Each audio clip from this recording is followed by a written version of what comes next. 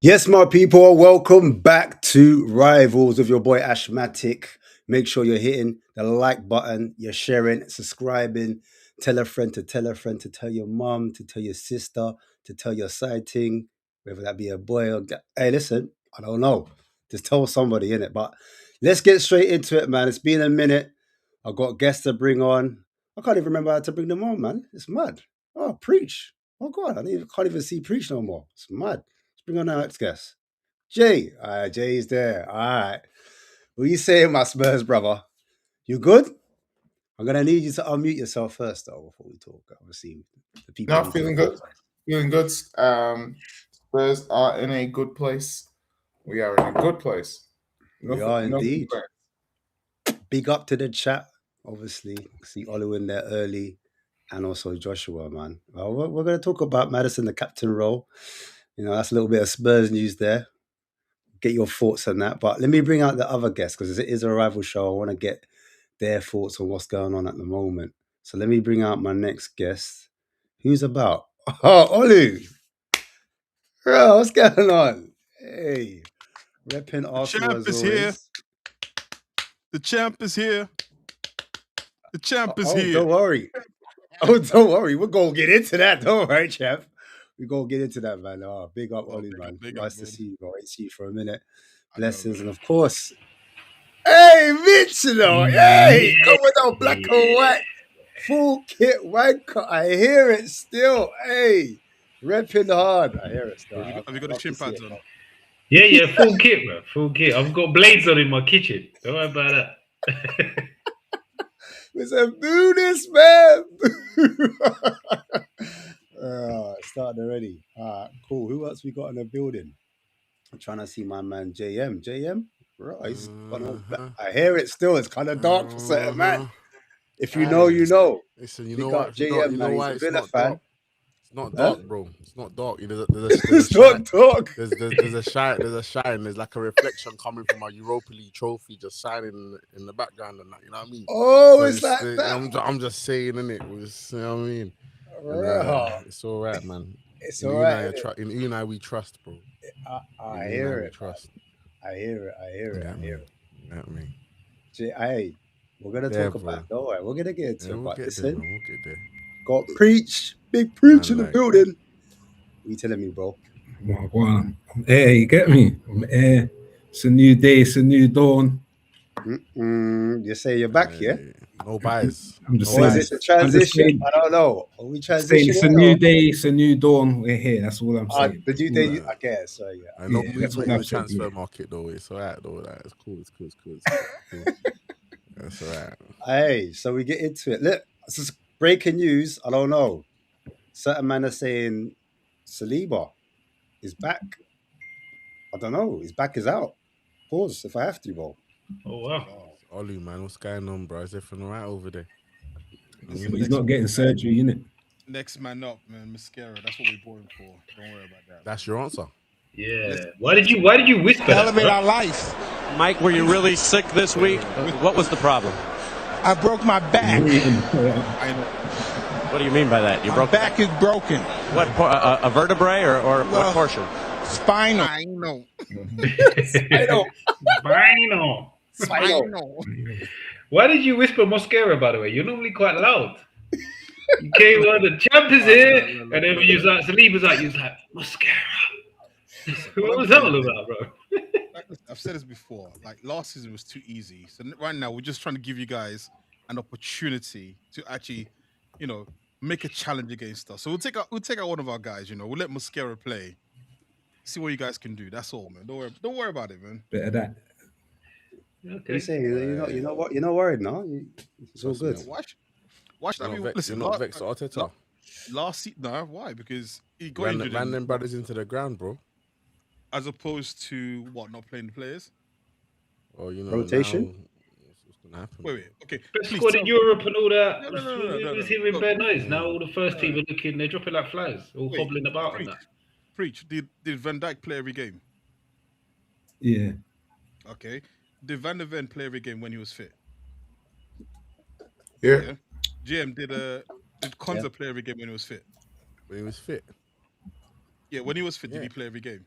Yeah, he played the game. I don't know about you, Mitch. All your defenders kind of... so I'm going to ask. So the point I'm trying to make is this, right?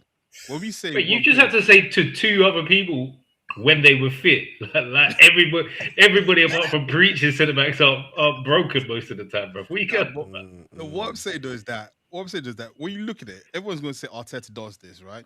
But I'm just proving that like 95% of the people here, when their centre-backs are fit, they play every single game. Well, so evidently Saliba wasn't fit, bro, because he was managing a back injury, Hey, listen, all players are injured all the time. There's no player who's 100%. That's what we're doing. Yeah, man, it's true. But it's his back, bro. Spinal, isn't it? Spinal.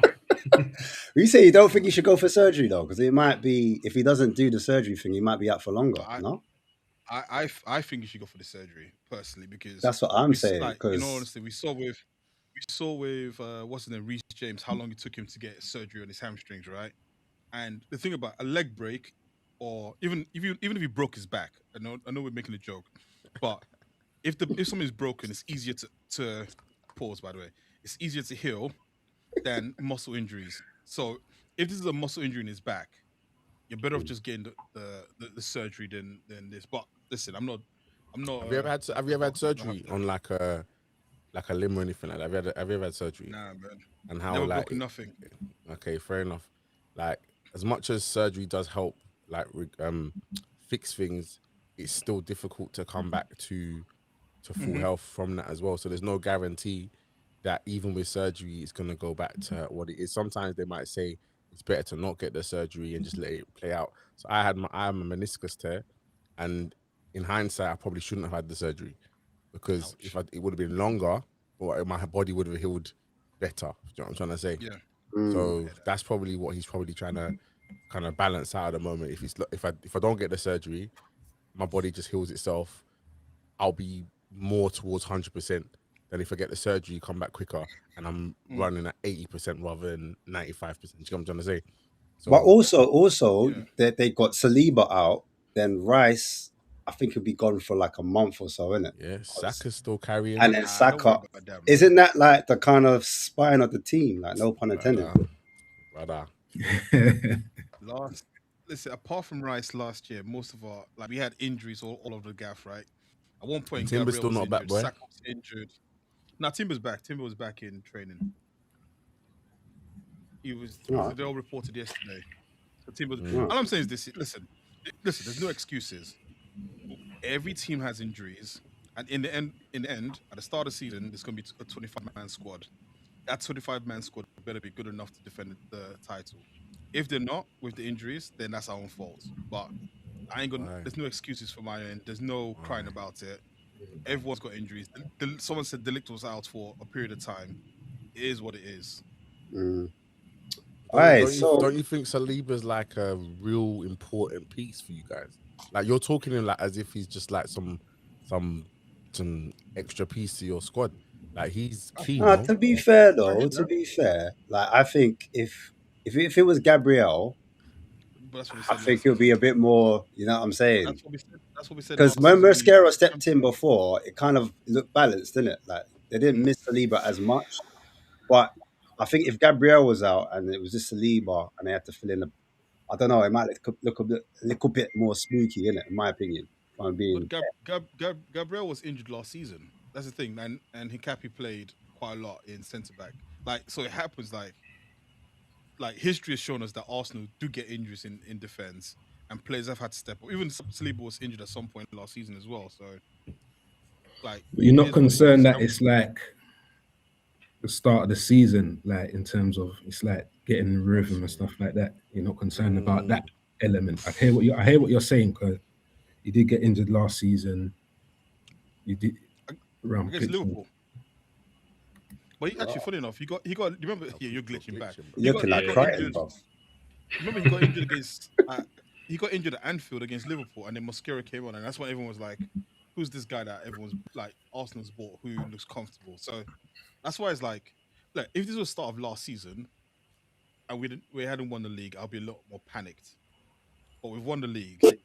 It's like, actually, next man up. We saw all throughout last season evidence of like players going down injured. So if we're good enough, we should win it. And if we're not, then it is what it is. No, I hear it, man. JM, man, welcome to the show, man. What's going on, man? Let's talk about this breaking news, man. Garnacho transfer. What's it? Huh? What about it? Give us the propaganda.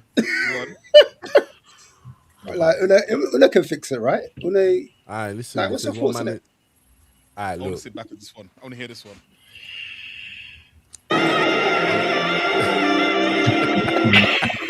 Allow it. I turned it off. Loud. On the outset, on the outlook, it smells, man. Do you know what I mean? Garnacho started all right at United. He's flopped at United. He's gone to Chelsea. He's flopped at Chelsea. But I'll be straight in it. I'll be straight. Unai Emery can make miracles happen, man. Well, I was just gonna say you are a bit of a rehabilitation place for failed Man United wingers. It seems so. That's kind of what you guys do.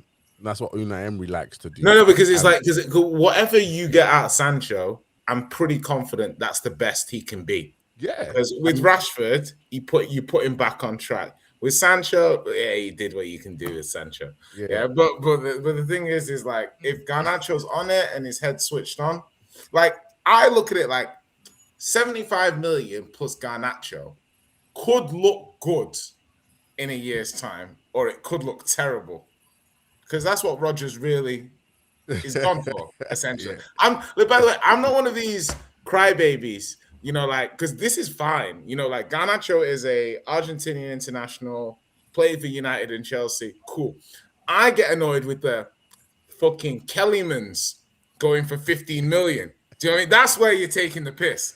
Do you know what I mean? That's where I'm like, hey, okay, you want to circumventing the rules now. As I keep saying, I think you just put it on the screen, Ash. Like, I've said to everybody, I'm trying to see what the obligation clause is to buy.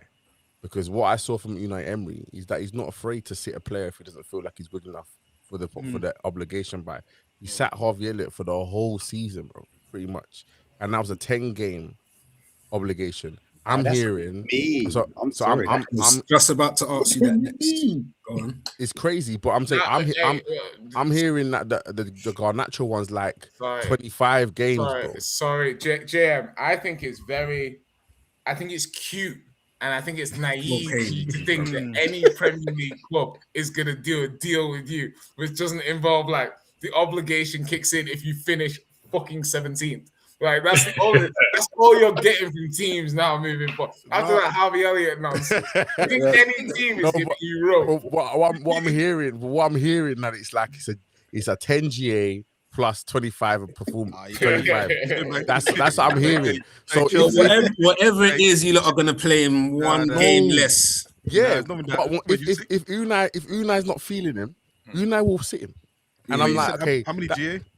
If I'm heard it's like 10 GA plus the 25. Hey, Garnacho back to Chelsea 2027. No, but this is what I'm saying. I'm saying to you guys, I don't think Chelsea fans are getting mad excited. And I'm like, yo, you guys obviously didn't see Harvey Elliott just sit on the bench and ride the bench, even when we probably could have done well with him on the field. Unai was like, I'm not wasting the club's money, bro. Do you know what I'm trying to say? So if Garnacho comes in, doesn't hit the ground running the way that he needs to, and as I said, I'm still waiting for the obligation clause to really come to light for real officially.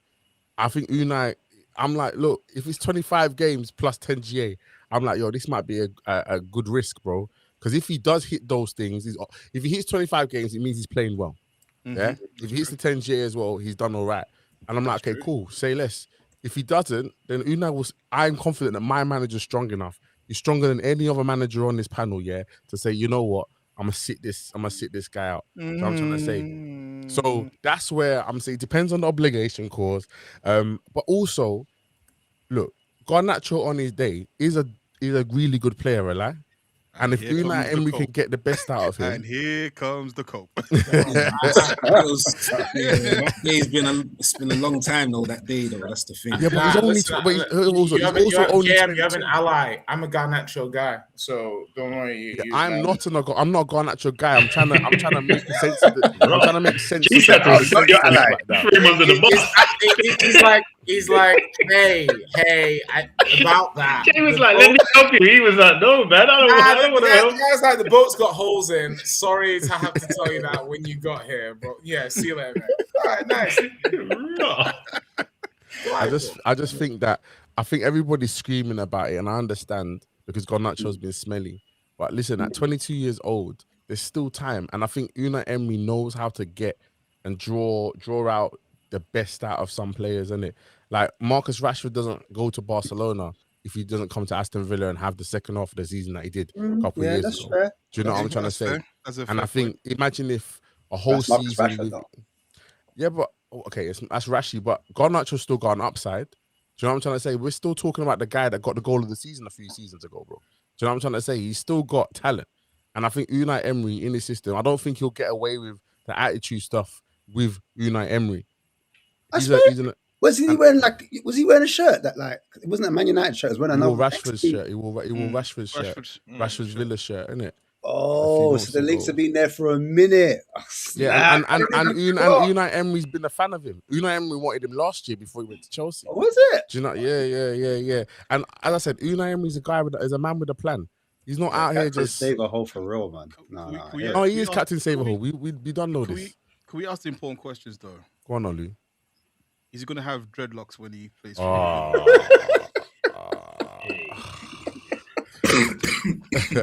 Hey, fam, I'm not gonna lie, yeah, I'll be straight in it. Man can't roll up to Villa Park like that, fam. He can't roll up to Villa Park like that. Listen, he's guy like Aston Villa Park is in the ends, bro.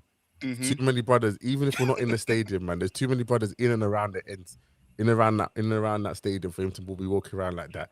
Yeah, it'll be gone by the time the season starts, I'm sure. Yeah.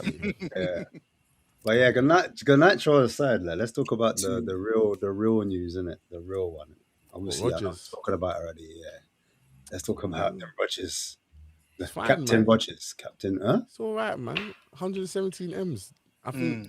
Look, if you're gonna break the British record signing fee for, man, we can't say no. Do you know what I mean? You know what I'm saying? And I wish him all the best at Chelsea, just not against Aston Villa. No, but do you think he'll spend the money you can't spend the money entirely, can you? You have to kind of break it up, and then some of it goes towards. It's gonna be amortized, then it over like the 4 years, 3 or 4 years to kind of use that like PSR thing or whatnot. But I think, yeah, we'll use the money. I would have said yesterday that we're gonna use the money wisely. And then we've gone and bought Garnacho, innit? So I don't know. But also, we haven't bought Garnacho. It's a loan right now, so it's still up in the air. And I still think that's quite. It's a loan, innit? It's a loan. You're saying that bread that you got from it's still you can use it for someone else. Yeah. He's not the Morgan Rodgers replacement. He's not the Rodgers replacement. Well, Morgan Rodgers' replacement's already come in. It's Manzambi, the Switzerland. Oh yeah, that's true. And I like him. I like Manzambi. Yeah, I'm saying everyone's there looking at Aston Villa like we haven't been doing shrewd business, bro. Do you know what I'm trying to say? Like we've got rid of Teals, or we sold Tielemans, but we bought in João Gomez as well. Yesterday, João Gomez. I like Gomez. Manzambi's different profile. Yeah. The carrier rather than a passer. Yeah. But I think we gain. What's the Mandem thing? Does Villa, are they stagnating? Are they going to be sidestepping with those signings? I have my thoughts. I have a new channel that I've just launched called Agenda versus Facts. Make sure you like and subscribe. There's no content there until the 1st of August. That doesn't matter, man. It's a bit of a drum roll. Do you know what I mean? The channel's there, yeah. But the channel's there. Like it's literally there. There's a little bit of that. Make sure you subscribe. But the thing is, one of the first videos that I was actually going to do was how do you solve a problem like Alejandro, which was going to be about Garnacho.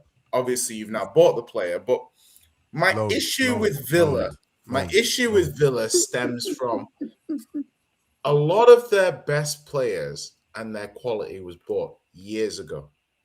Yeah, a substantial amount of the first team was bought over 3 years ago. Oh, yeah, right?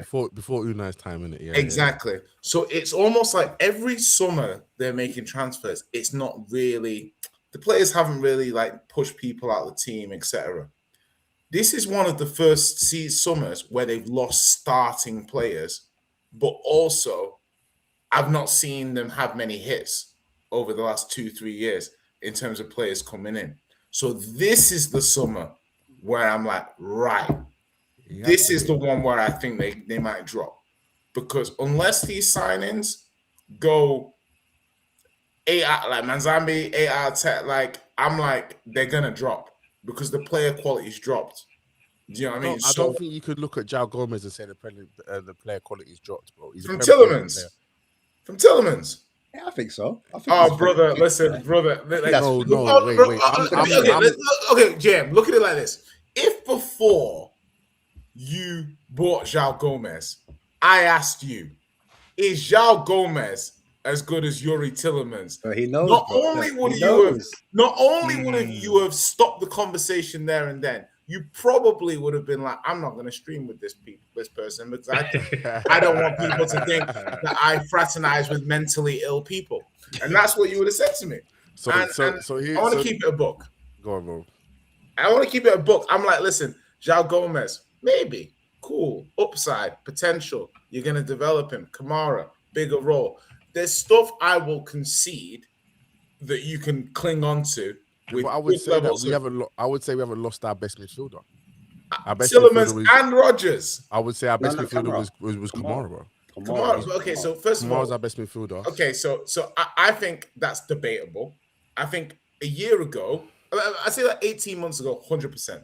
I'd say even 6 months ago, I think Tielemans, when he's been available, has been really, really good. Yeah, and I think Kamara is obviously very good. So I think it's debatable. I think he's our most important player. Yeah, but he's only available for, on average, about 75% of the season, right? So he's a good player, but he's available for 75. Okay, so the one thing I'll give Villa is availability. Tielemans averaging, 65, 70% availability over the season.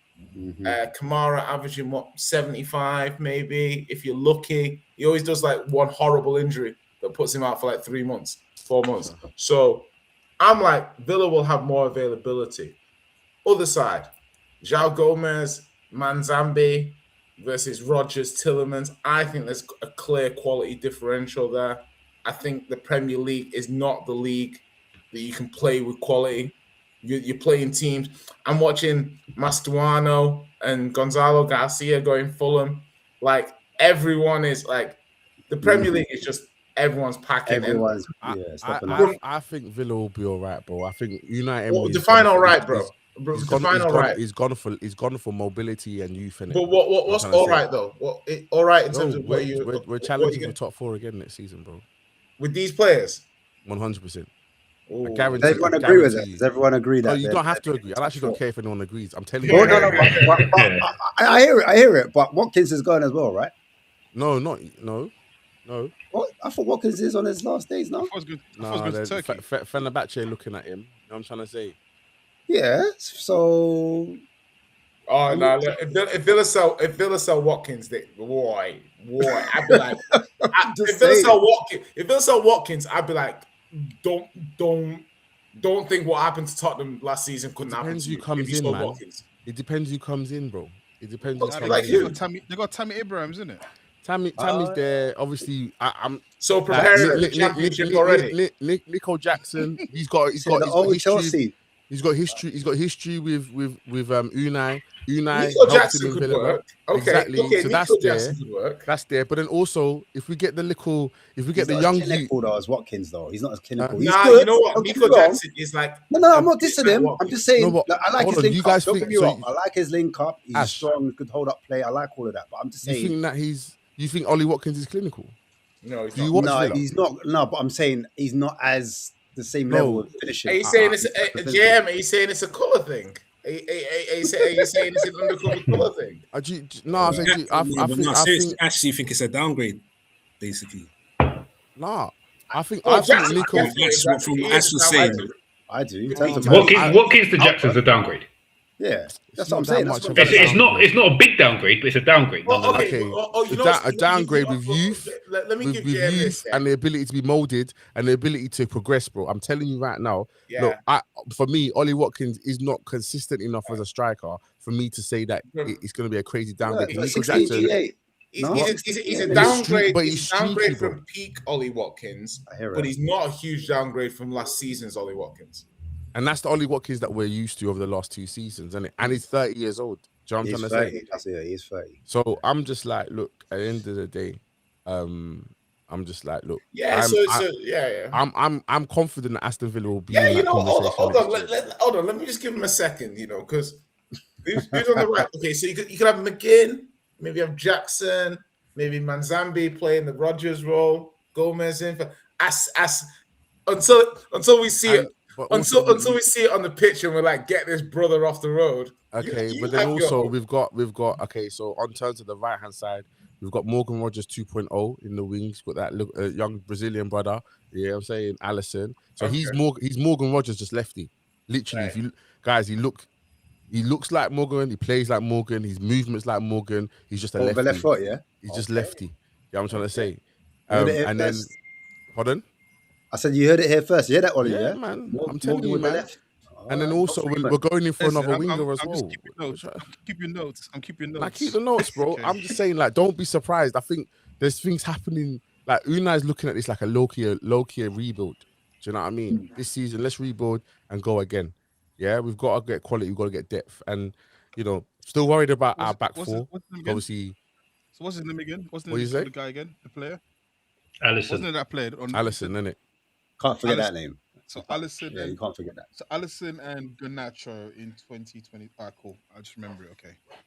Yeah, but also, we're Excellent also Garnacho. looking at Illiman and Jai as well. You know what I mean? Woo, that's who I want. Yeah, That's who I want. that's who we're looking at as well. We're looking at him. We're looking at Ibrahim and Baye as well from PSG. Like you know what I'm saying? Just cool off. And Bayer, though, he's not proven, but the potential's there. It I hear it. doesn't. No, Unai's going for the young. He's turning to Chelsea, man. It's crazy. What could it? You know what I'm saying? He's trying. He's gonna see what happens. I'm just I'm confident, man. I'm He's putting confident. a CV there, like, yeah, Chelsea. Everything fails with Alonso, man's day up. Yeah, it's all right, man. It's because he might get frustrated after a while. I don't know. Like, being at Villa for a while, wanted to get to the next level. Because can he really make that next step at Villa? Bro, I'm telling you, you, with all those issues, PSR and all that in the way. And that's why Champions League is imperative next season, isn't it? In terms of qualifying again, it helps us financially, and I think we can start and our revenue will be up even more considerably with the new stand and all that kind of stuff as well. So I think Unai's got a 3 to 5 year plan to challenge for the title, bro. No, I hear it, man. But listen, obviously you sold to a certain team. No, you sold to a certain team, Chelsea. Arsenal missed out. And I'm like, bro, like I don't know about you, Olu, but I think you lot should have gone for I don't know, the left wing. Like at first I was like, you know what, it doesn't make sense because for me he's a 10, innit? But I'm looking at the left wing options right now. And it doesn't look too good, bro. I'll be honest with you. I'm not sure. I think Arsenal should put the bread down. Yeah. You should have put the bread, man. Everyone always says, what give the money? It doesn't look. You're not giving me shit. You fucking know. I want to give you the money. You're lying. We were done. Remember? I don't have no choice. Sorry, bro. You should have given him the money, man. Everyone says on the market, or there's never any options. There's always options. It's just that, like, we just can't think of them off the top of our heads. But listen, I look at it this way: Arsenal made it to the Champions League final? Do you think having Rodgers fundamentally would have meant would win the game? Is he that much better than what we already have? What then? Martinelli? No, Martinelli or Trossard at the time. Is he that much better? Trossard left, and you got Cholison, and then Martinelli would have been the next one up, and then he would have come in. No, I hear that. The thing I'm trying to say never is this. suited your system, man. That's what I'm saying. I don't think it would have been a needle mover for Arsenal. And that was always my fear. I think it would have been. It would have helped you, man. 100%. Everyone thought Trossard and Rodgers. What about Eze though? What about Eze? I was going to say, exactly. Everyone thought. I think at the start when we got Eze, people would have thought, Eze would be the sort of needle mover, right? And don't get me wrong, Eze for me he played all right. Truth, bro. Told the truth, no, man. he played Lay all out, right. Man. He played all right. He said they all work out. They all work out. It all worked out because we know what I mean. We got for you lot, yeah, the needle mover wasn't the actual player. It was just adding to your system that to help you get over the line, innit? Like it added to what you already had. Also your depth. Go on. All of that stuff. Sorry, go on. Yeah, but also it was more to do with Arsenal's statement.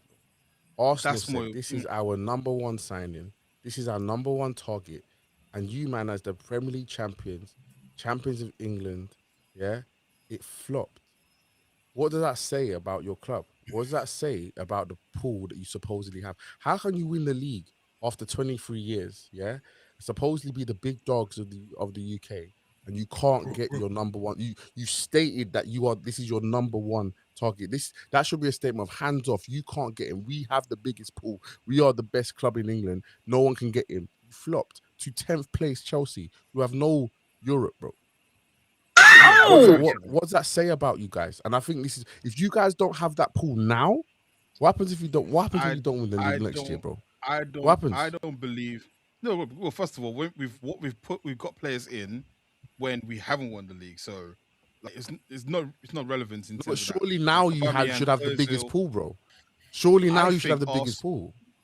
I think Arsenal didn't want to pay the amount. I think it was simply that. I think they just didn't want to go past that. And to be honest, look, everyone's complaining around saying, "Oh, the market is this, the market is that, or it's overinflated." And the club turns around and goes, "Actually, we're not going to pay an overinflated market." And everyone complains that, "Oh, why are they not doing it?" You can't have it both ways. People So that complain means about you're one screwed thing. for the whole window, then, bro. You're screwed for the whole window because this window is going to be everyone's going to be inflated. This market, I don't 100%. think Arsenal valued him at 117 million to pay that. They valued him at something. And remember, what you pay for someone is what you value them at. And if you don't value them past that point, they'll go, "I'm going to walk away from that." So I think. No, but you guys were saying the day before, though. You guys were still saying, even after Aston Villa said 130 M's, you were still saying he's our number one target. Exactly.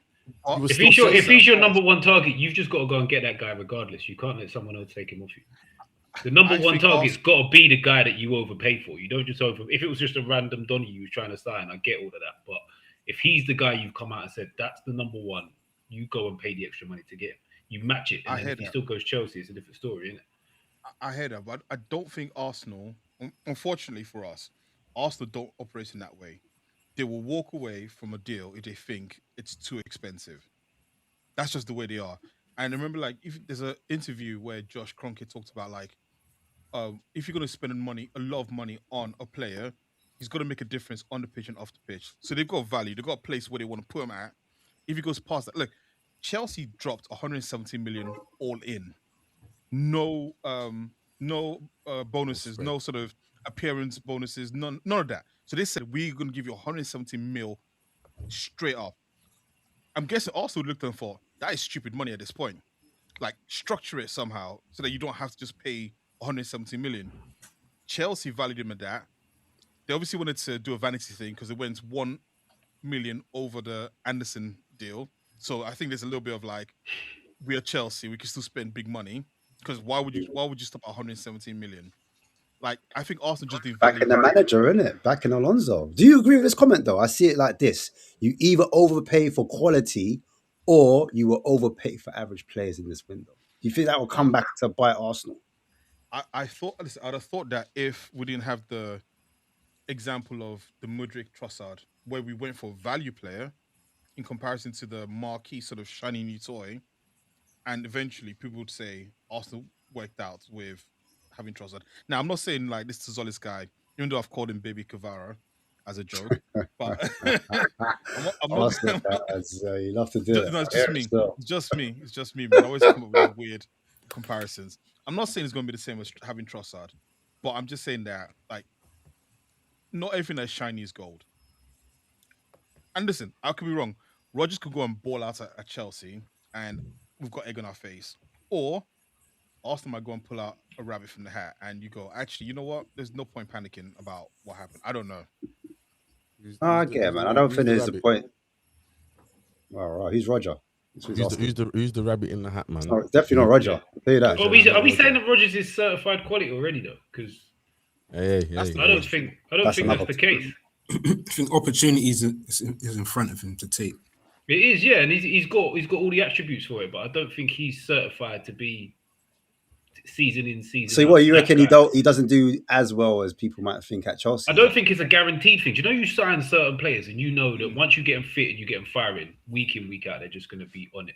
I don't think Morgan Rodgers is one of them guys that at one of the top level clubs is just going to deliver regardless. I think it's a don't know. I think it's a don't. I think he can do it, man. I don't know. I'm not ruling it out, but I'm saying that there's still a little bit of doubt about it. How old is he? 25. 24, 25. Oh, is he 23? Is he 23? Yeah. 23.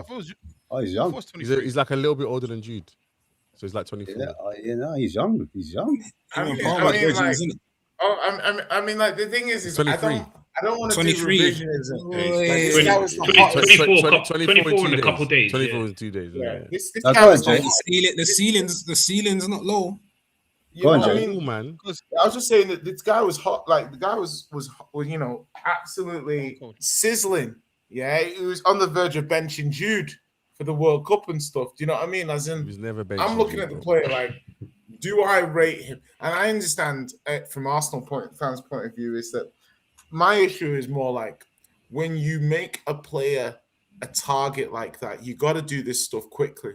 Like it's like, okay, we want the player. How much do you want? Okay, that's too much. Let's move on. Because the visual of it is not a nice visual. Because Arsenal were taking their time. They were lackadaisical. They were like, oh, okay. There was almost an arrogance. Yeah. There was an arrogance in the dealing of like, okay, this is just going to go through. And I think for me, that's what Arsenal need to be looking at in terms of like, okay, that's where we messed up. We were too slack. And then also, for me personally, it's Arsenal could have done this deal for 100 mil if they'd gone faster. If they gone 100%. Yeah, they like weren't as in, they weren't trying to do 100 it weren't because that's what Spurs did with Tonali and Fernandes. As soon as Spurs saw what was going on with Elliot Anderson, they're like, listen, it's not going to get any cheaper. Like this, it is what it is. Away. Yeah. So all you're going to end up doing is paying the same amount for players that you don't want as much. Yeah. So pay the money. But then they were trying to lowball the thing, Jay. They were trying to lowball the thing when they were coming in. They were first like, 60 mil, 70 mil. Like, guys. Now the resentment starts because in the first place, Villa don't really want to sell this player to you. You want to make it. Like Emery don't like them, man. We had it with Gibbs White last year. I don't like him too. Yeah, we had it with Gibbs White last year, where it was like, if you have a club that really don't want to give up like a beloved asset, don't make it any more difficult for them than you need to. Yeah. You know what I mean? Be courteous, be nice, be polite, because these clubs, they will fuck you over if another club's willing to come in 10 million higher. So that's one thing I learned. Like, if you look at Spurs' dealings, both with West Ham and Newcastle, we didn't annoy them because at the end of the day, these guys could dig their heels in. They could wait, and then what happens? Rodri suffers a season-ending injury, and now City need Tonali. Oh, now or Rodri goes to Madrid.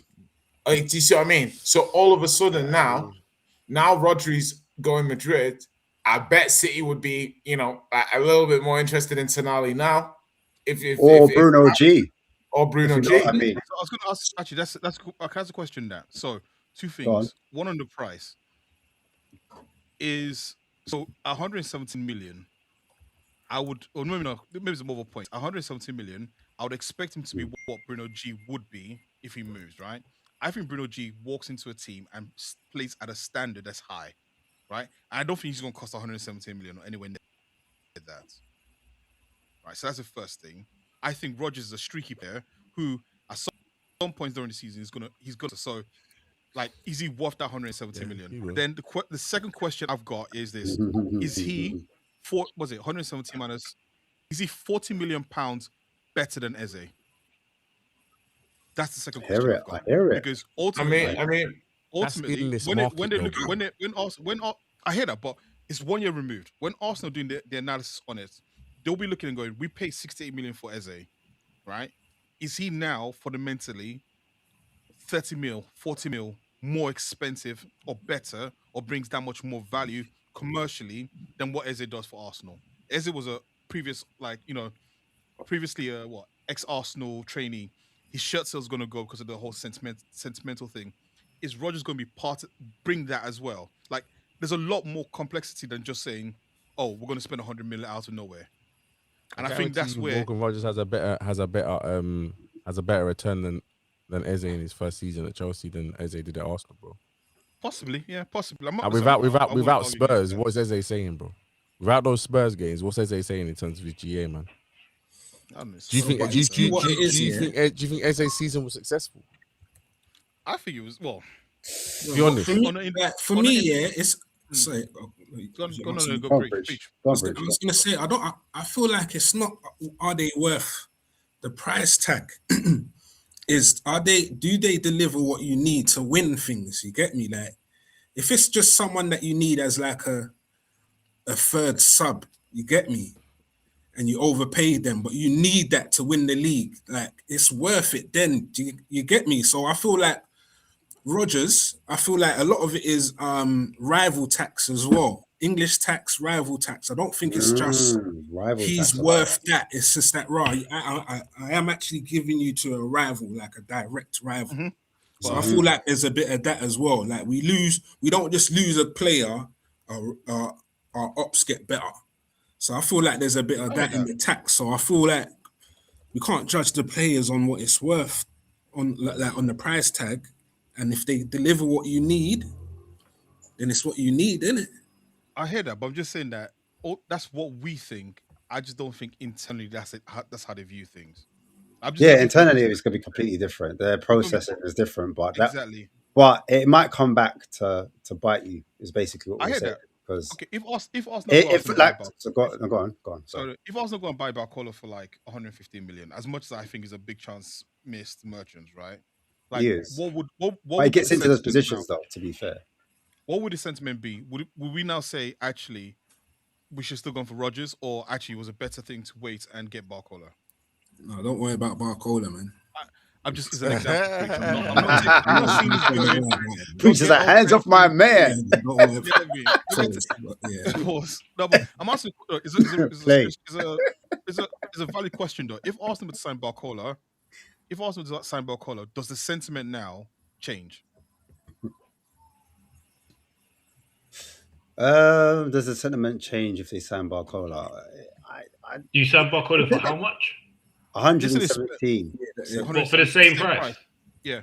For me, you should have just paid it for Rodgers.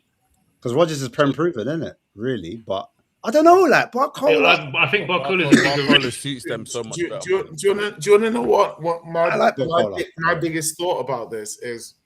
I like Barcola. If Arsenal wanted Barcola, they would have gone for that profile first. Like, it's almost like they want a wing fielder for a reason. They wanted Rodgers' type of profile over Barcola's type of profile. Why? It didn't make sense though. That didn't make sense. It's not for me to rationalize right now. That's what the manager. That's what we can just logically say. Then. But the thing is that it could be something like as well. When he wants Eze to keep width. You've got someone like Barcola who can maybe keep width, but he doesn't necessarily have the technicality. Jay, do you know what I'm thinking? The meta. I'm thinking they're looking at PSG, and he's thinking, I'm not calling him Desiree Doué, by the way, but Desiree Doué. Oh, there's some similarities, yeah. Do you see what I'm trying to say? That's what I think. That I say the same with De Zerbi. If you look at the team that Tottenham are building, if you look at Paris Saint-Germain, like, our profiles are quite similar in terms of like. I'm waiting until that front line gets built. But obviously not. Yeah, because Solanke and Dembele are just so on top of each other. But yeah, no, yeah. How dare you? Oh, so crazy. But yeah, I think I woke Stefan up from his sleep then. He doesn't. Jay. That's excellent. Delusional. Jay. Delusional. That's me in the head, boy. Hey, but I just think, Barcola. I think Jay's right. You would have looked at him. He would have been your number one target. It's the fact that you kind of claim that this is your, and this is what I was going on to Mitch now, because obviously they're looking at your captain. I'm going to ask Mitch straight. Do you think he's staying? Do you think Arsenal can unhook this one, or do you think Newcastle have the power right now? It's the same as the Tonali deal. Pay the money, go away. Simple as.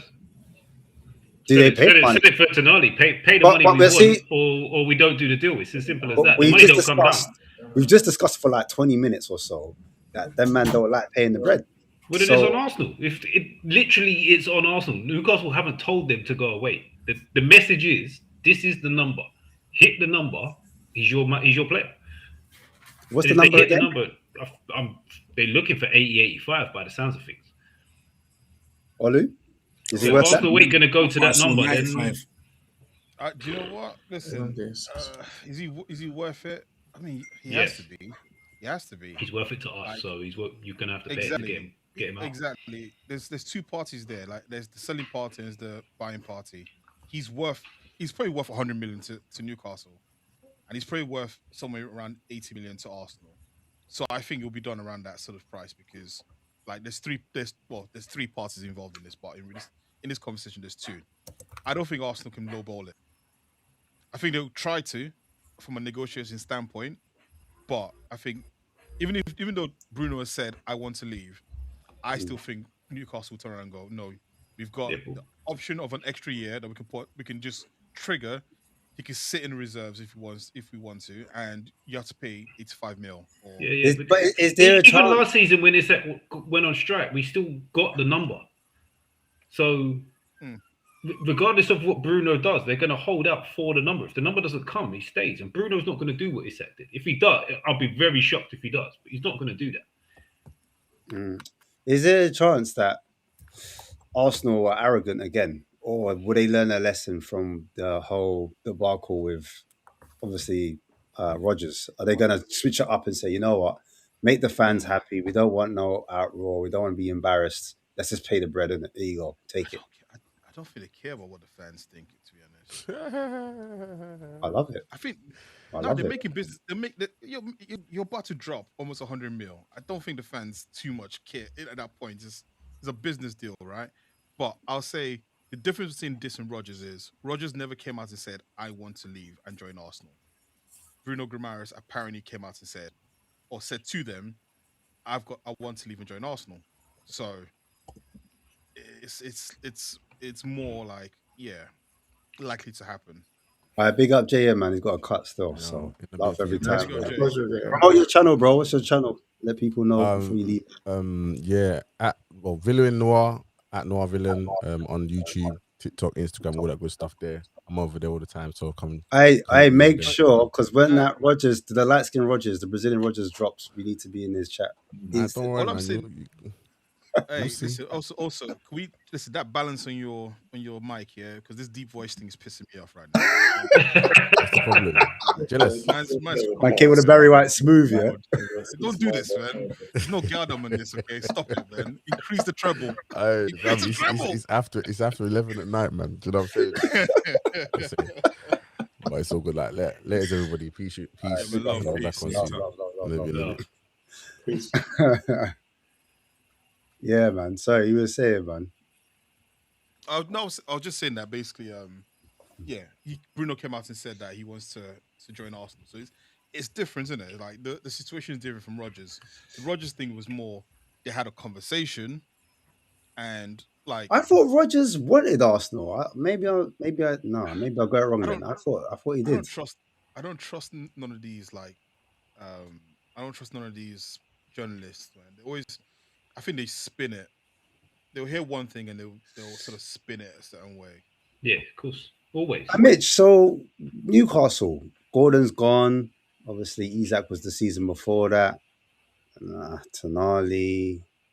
Obviously, Bruno, we don't know what's going on there. But if you lose all of these dots, and like these are like key, I'd say, key players, man. Bruno's the only one I'm fussed about. Is it? The rest of we all knew Gordon was going. He didn't play the last 5-6 games of last season for a reason. Tonali, I've said openly on here many a time, I do not rate him as highly as a lot of other people. He's a fantastic athlete, gets around the pitch. I don't think he's technically good enough to play in a team that wants to play that type of football. He's just a runner in there more than anything. So to get 100 million for him is excellent business. You think Spurs are mad spending that money on Tonali? It depends what kind of midfield you're building. If you're building a midfield that needs like a big time runner in there who's not going to play that much on the ball, then he'll be fantastic. You've got Gallagher for that, no? But if you're expecting him to be a highly technical player, I think you've bought the wrong player. Because everything I've seen from him in Newcastle, he's not. The only thing that's highly technical about him is his ball striking when shooting. His passing is not that. Yeah, but okay. So you finished a couple of times. Well, listen. My logic is what kind of midfield does Spurs want? A good one. He's a good I guess midfielder. I guess that's where we should start. I guess that's where we should start the bar from. But you just compared your build to PSG. I don't know who Tonali compares to in that PSG midfield. Because I'm saying Tonali is kind of like the João Neves profile. The Fernandes is the Vitinha profile. So I'm saying that it's profiles. Obviously, we're not getting João Neves, are we? The Timu version. That's exactly. It's nowhere even close. Well, you say nowhere even close, but I'm pretty sure if you put Tonali in France, he'd probably have a statue. Do you know what I mean? Let's like I'm looking at this from the point of view of we're paying a premium for proven high level DM talent. So it's like I said if Tonali was playing week in week out for that PSG team, you would be like, oh, this guy's great. No, what I'm saying? No. That's not what you said. You'd have a statue. You'd have a statue. You'd have a statue. Those basically down. For example, Zaire Emery is highly rated. I personally do not see it at all. But he plays for PSG. He's a good player, and everyone talks about him like he's the second coming. That's an example of what I mean. Whether or not I am exaggerating. So you're saying system over individual.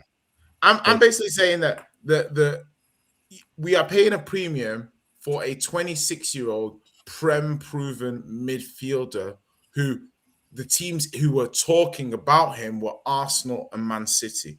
I think you can always tell a lot from the teams who are sniffing around the player. True. Yeah? That's true. I'm saying, what are City seeing? What are Arsenal seeing that you ain't seeing, Mitch? Like, but did City or Arsenal bid for Tonali? Well, they were clearly so both interested. So it's just noise. It's not well, but this is the point. To them, 100 million is too much. If Tonali was 80 million, I'm sure one of those guys would have jumped. Yeah, but he wasn't. He was 100 million. Yeah, kind of my point with Rodgers, I guess. Exactly. So the point here, Mitch, is like the teams that were interested in Tonali were City and Arsenal. That is a statement of fact. That is well reported that both of those teams were interested in the player, right? He went to Tottenham. Now, Fernandes, look at the teams that were sniffing around Fernandes. Again, I think you can tell a lot by the quality of player, the quality of team that are interested in players. You can say it's just noise, Mitch, but I'm going to say PSG are making checks on the player. United were making checks on the player. Arsenal making checks on the player. Real Madrid making checks on the player. Yeah, that's Fernandes. I'm having no qualms about Fernandes. I'm talking purely Tonali. I'm not trying to down talk your transfer business as a whole. I just think people are overrating what they think Tonali can do. Well, it depends on how much of a stock you place on proven. So you're going into this season now, and you're going to have. I don't even know who is your midfield this season. Going to be at the minute our starting three will be Miley, Joelinton, and Ramsey, and me. Okay, so Miley, Joelinton, and Ramsey. I mean, I don't know what you're trying to do with that midfield. Yeah, but like to me, actually no, it'd be Bruno, Miley, and Joelinton, or Bruno, Miley, Ramsey. Listen, the Freudian slip was sufficient. But just forget about Bruno. Just forget. My point to you is like. Obviously, having Bruno is a substantive advantage rather than having to replace him. Even if you get somebody that you like the look of a lot, you think that somebody's highly promising. That provenness, that I know I'm getting at least most weeks at worst 7 out of 10. Yeah. Sorry, Rodri's having a back surgery. Rodri? No way. Yeah.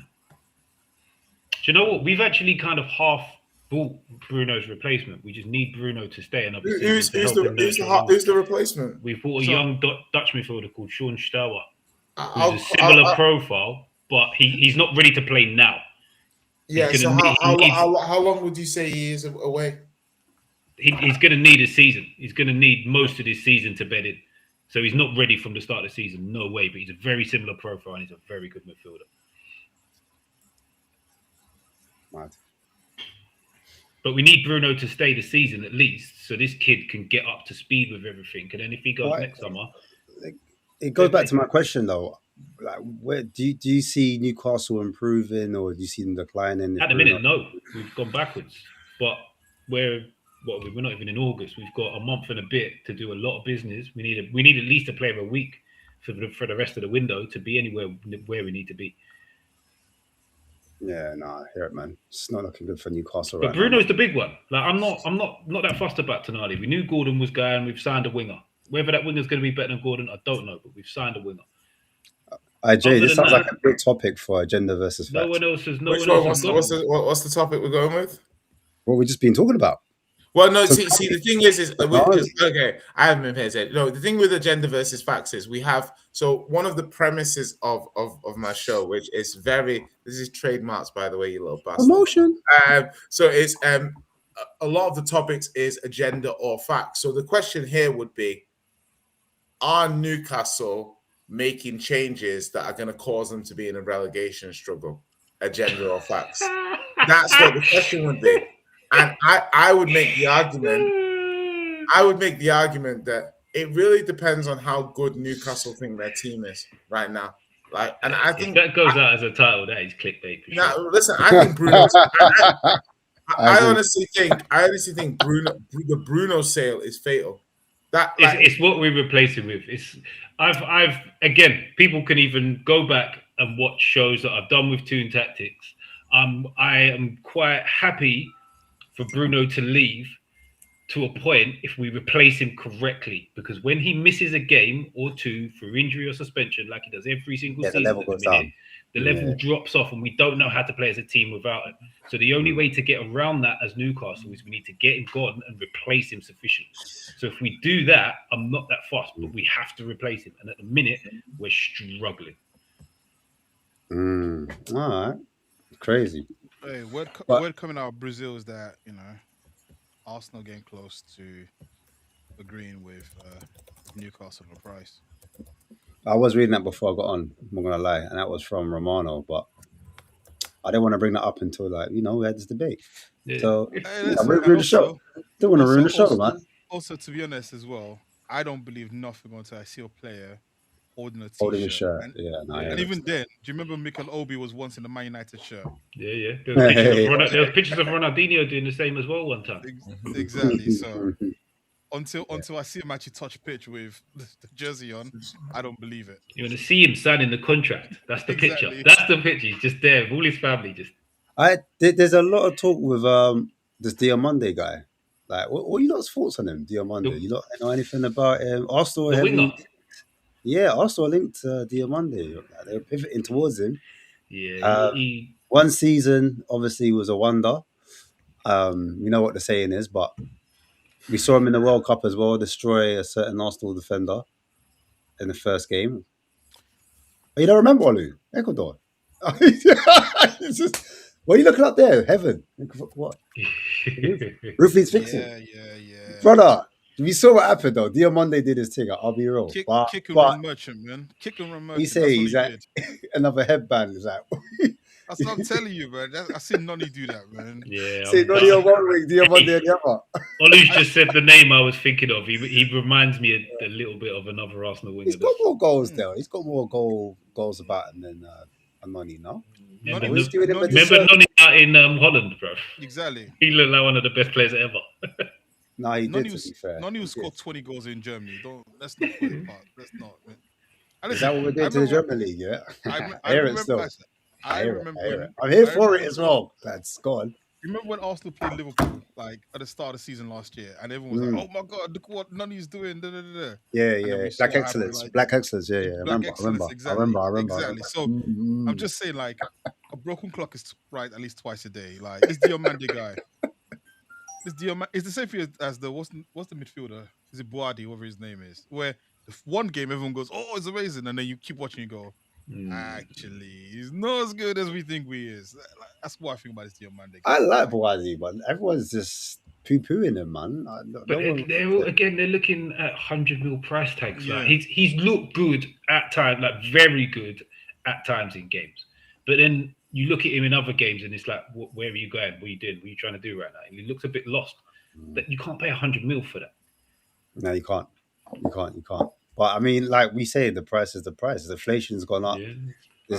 You're not paying a true value for a player anymore. You're paying for the potential, the ceiling, whatever you want to call it. No, I think that, no. Honestly, I think the value of what people are playing is actually the value of the market. Like, people need to just forget what they think what the value is. I think now the market has moved on to what the prices are now. So 100 mil is kind of, you're going to see more 100 mil purchases than ever before. That's just going to happen. It's the new 60 million. I hear it. Exactly.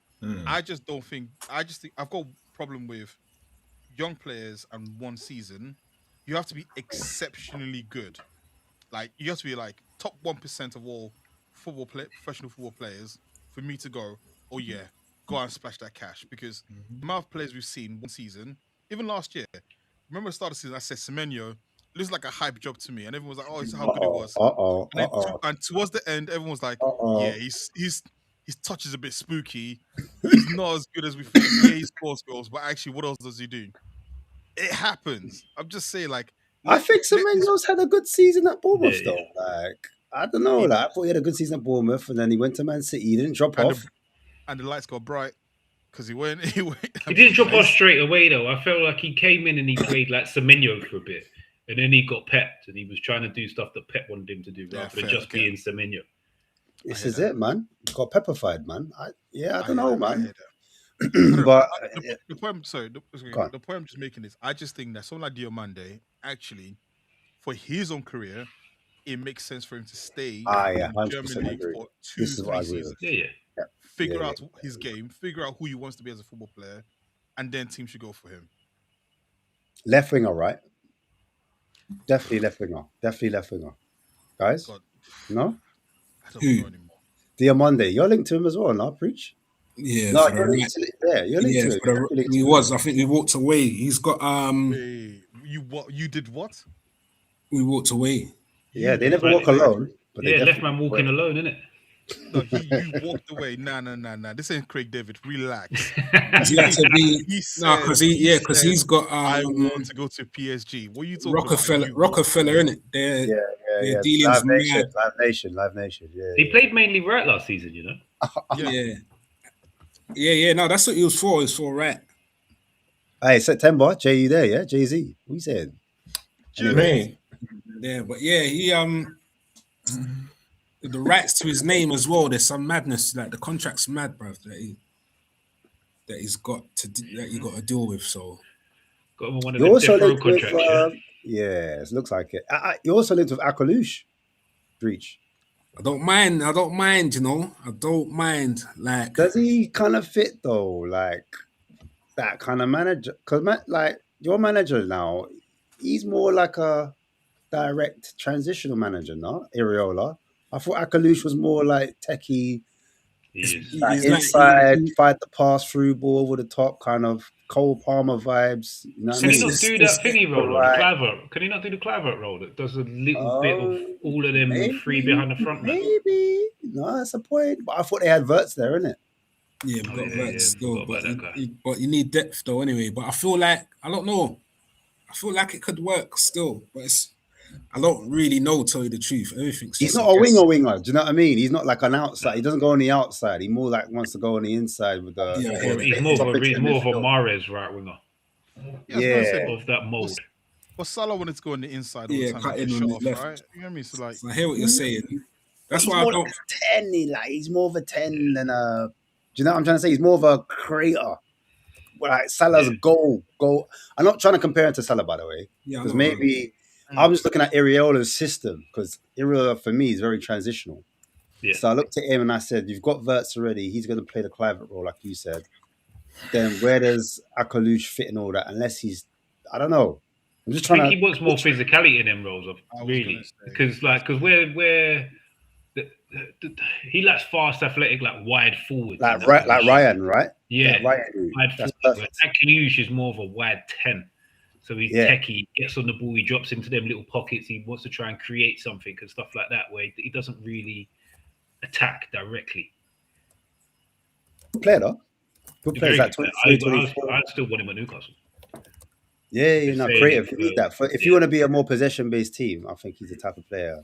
I remember, Jay, do you remember against Monaco? We played them away. It was all right. It wasn't like I thought he was smooth. Like he was like the way he drifted inside and then got in between our lines. The one thing you need to understand about Tottenham, yeah, we are not like, I've learned this from rating players. We're not, over the last 2 seasons, don't use us as the barometer. Don't use us as the barometer of being a good player. I've seen Harry Wilson dog walk us. Do you know what I mean? Don't mean I'm gonna turn around and be like, oh, Harry Wilson, oh my god, Harry Wilson. Do you know what I mean? It's one of those, man. But do you know what it is? I looked at him before and I thought, yeah, this is a good player. And then I saw it in obviously against us. Brother, everybody is a good player in the Premier League. No, I hear that, but this is that's the one thing that I always start with that bar. It's like everyone's good. Like Akilush, what am I doing with Akilush? Like, what is it? What no, I'm specifically talking about for Liverpool, isn't it? Not for us. But if I brought you Solly March, would you get excited about it?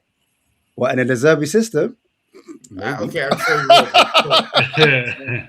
maybe. Yeah, but anything to make. I know what you're saying. I know what you mean. Yeah, so what I'm saying is that profile of a non-fat? Maybe he's. So what if he was like coming off the bench still? Yeah, fine. But the thing is, you got Harvey Elliott at home. More the merrier, bruv. No, why have Akilush? Why stockpile? Why stockpile, innit? Yeah. No, I get it because we still got Szoboszlai. That's what I'm saying. It's like it doesn't for me. I'm like, doesn't solve your problems. Liverpool need to start buying proper starters.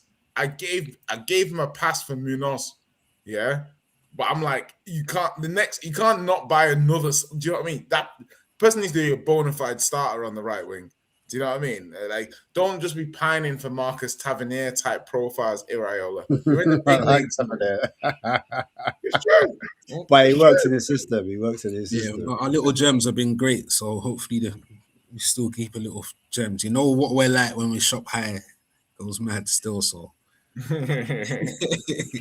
My man wants to go back to TK Maxx. The quality's there, but you've got to find it. Don't find it. Right now, we need to get that tag in the spirit back, man. This is. Oh my god, it's gold label. It's long, relatable. I hear it still. Yeah, my boy's gone as well.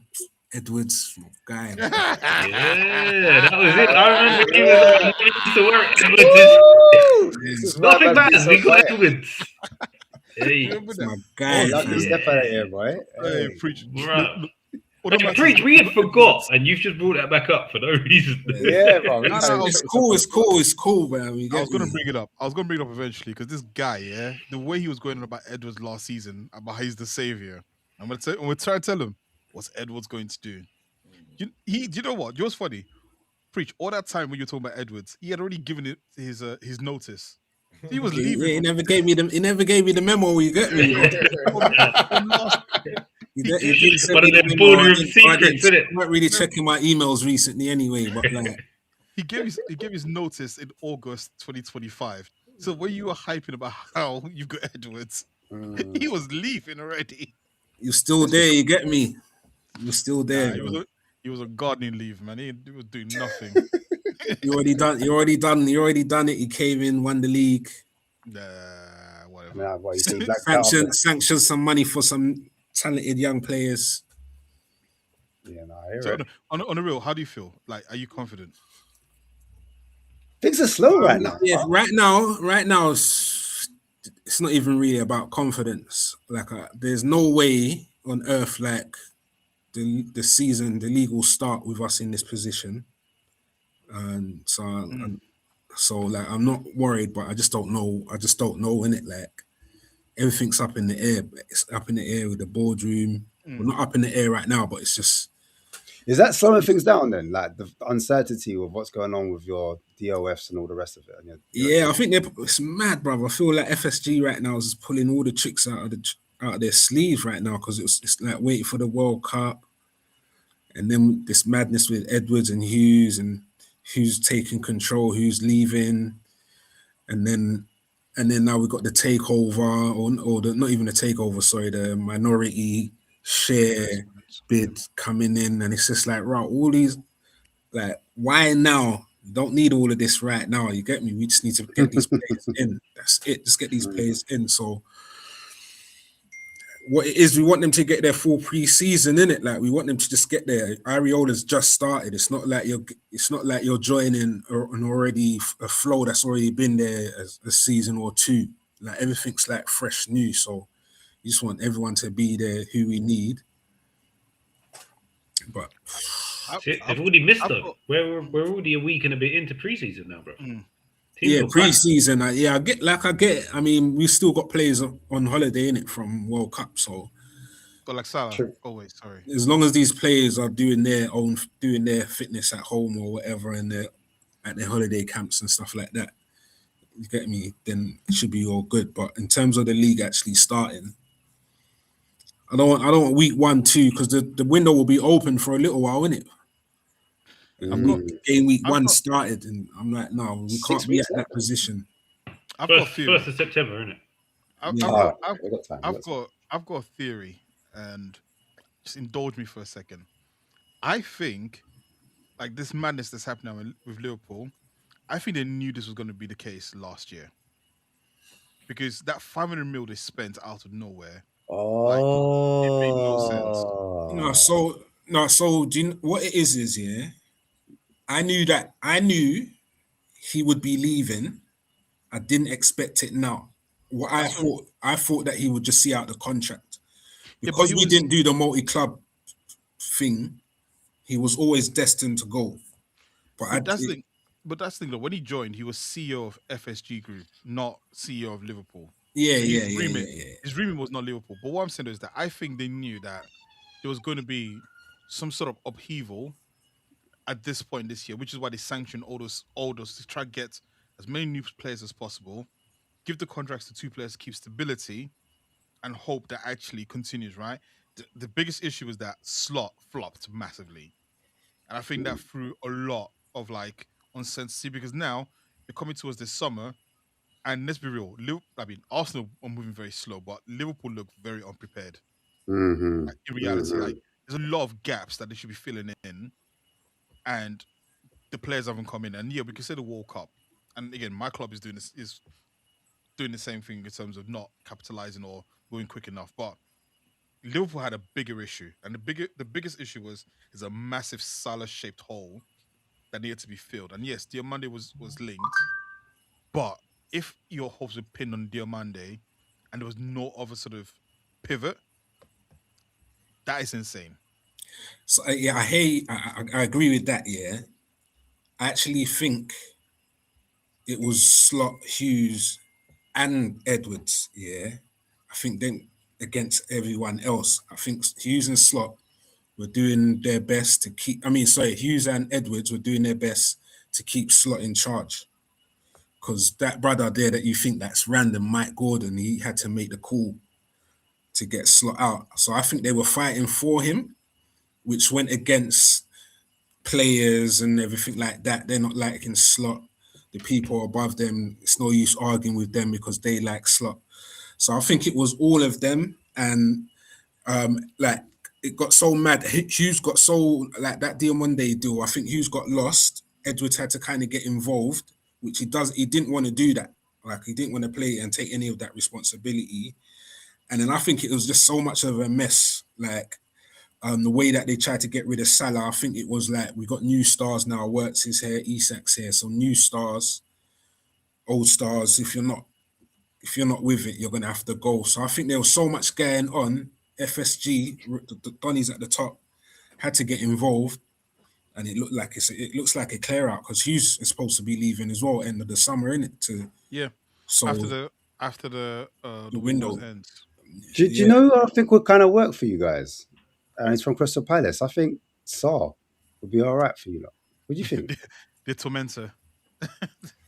Saar could work for them. He always scores against Liverpool, man. That guy's over the top transition. Iraola likes transition. I don't know, like. No, we're good. Don't he play one of them weird inverted tens though? He's like the that's his Palace's system, isn't it? It's like a Palace's system, but he's quite like, I don't know. Right? I just thought that might be something a bit different compared to what an Akalush. I don't know if he suits their system as much as a Saar would. No? All right, maybe just me. I go wrong. Maybe it depends if he can be a winger though. I don't really see that anyway. He looks more. No, I see him as a forward. But like, do you think Liverpool need a winger? They need to start need a- wide, like in the two they've had is Tavernier and Semenyo. I don't think Sarr really falls into that kind of profile. I just think they're so imbalanced, man. Like the more you look at the signings they made last year, the more it just doesn't make sense. Yeah, because it wasn't for an Iraola, was it? Yeah. It was meant to be for. They got two strikers, lost the winger, never replaced him. I mean, okay, Rio came in.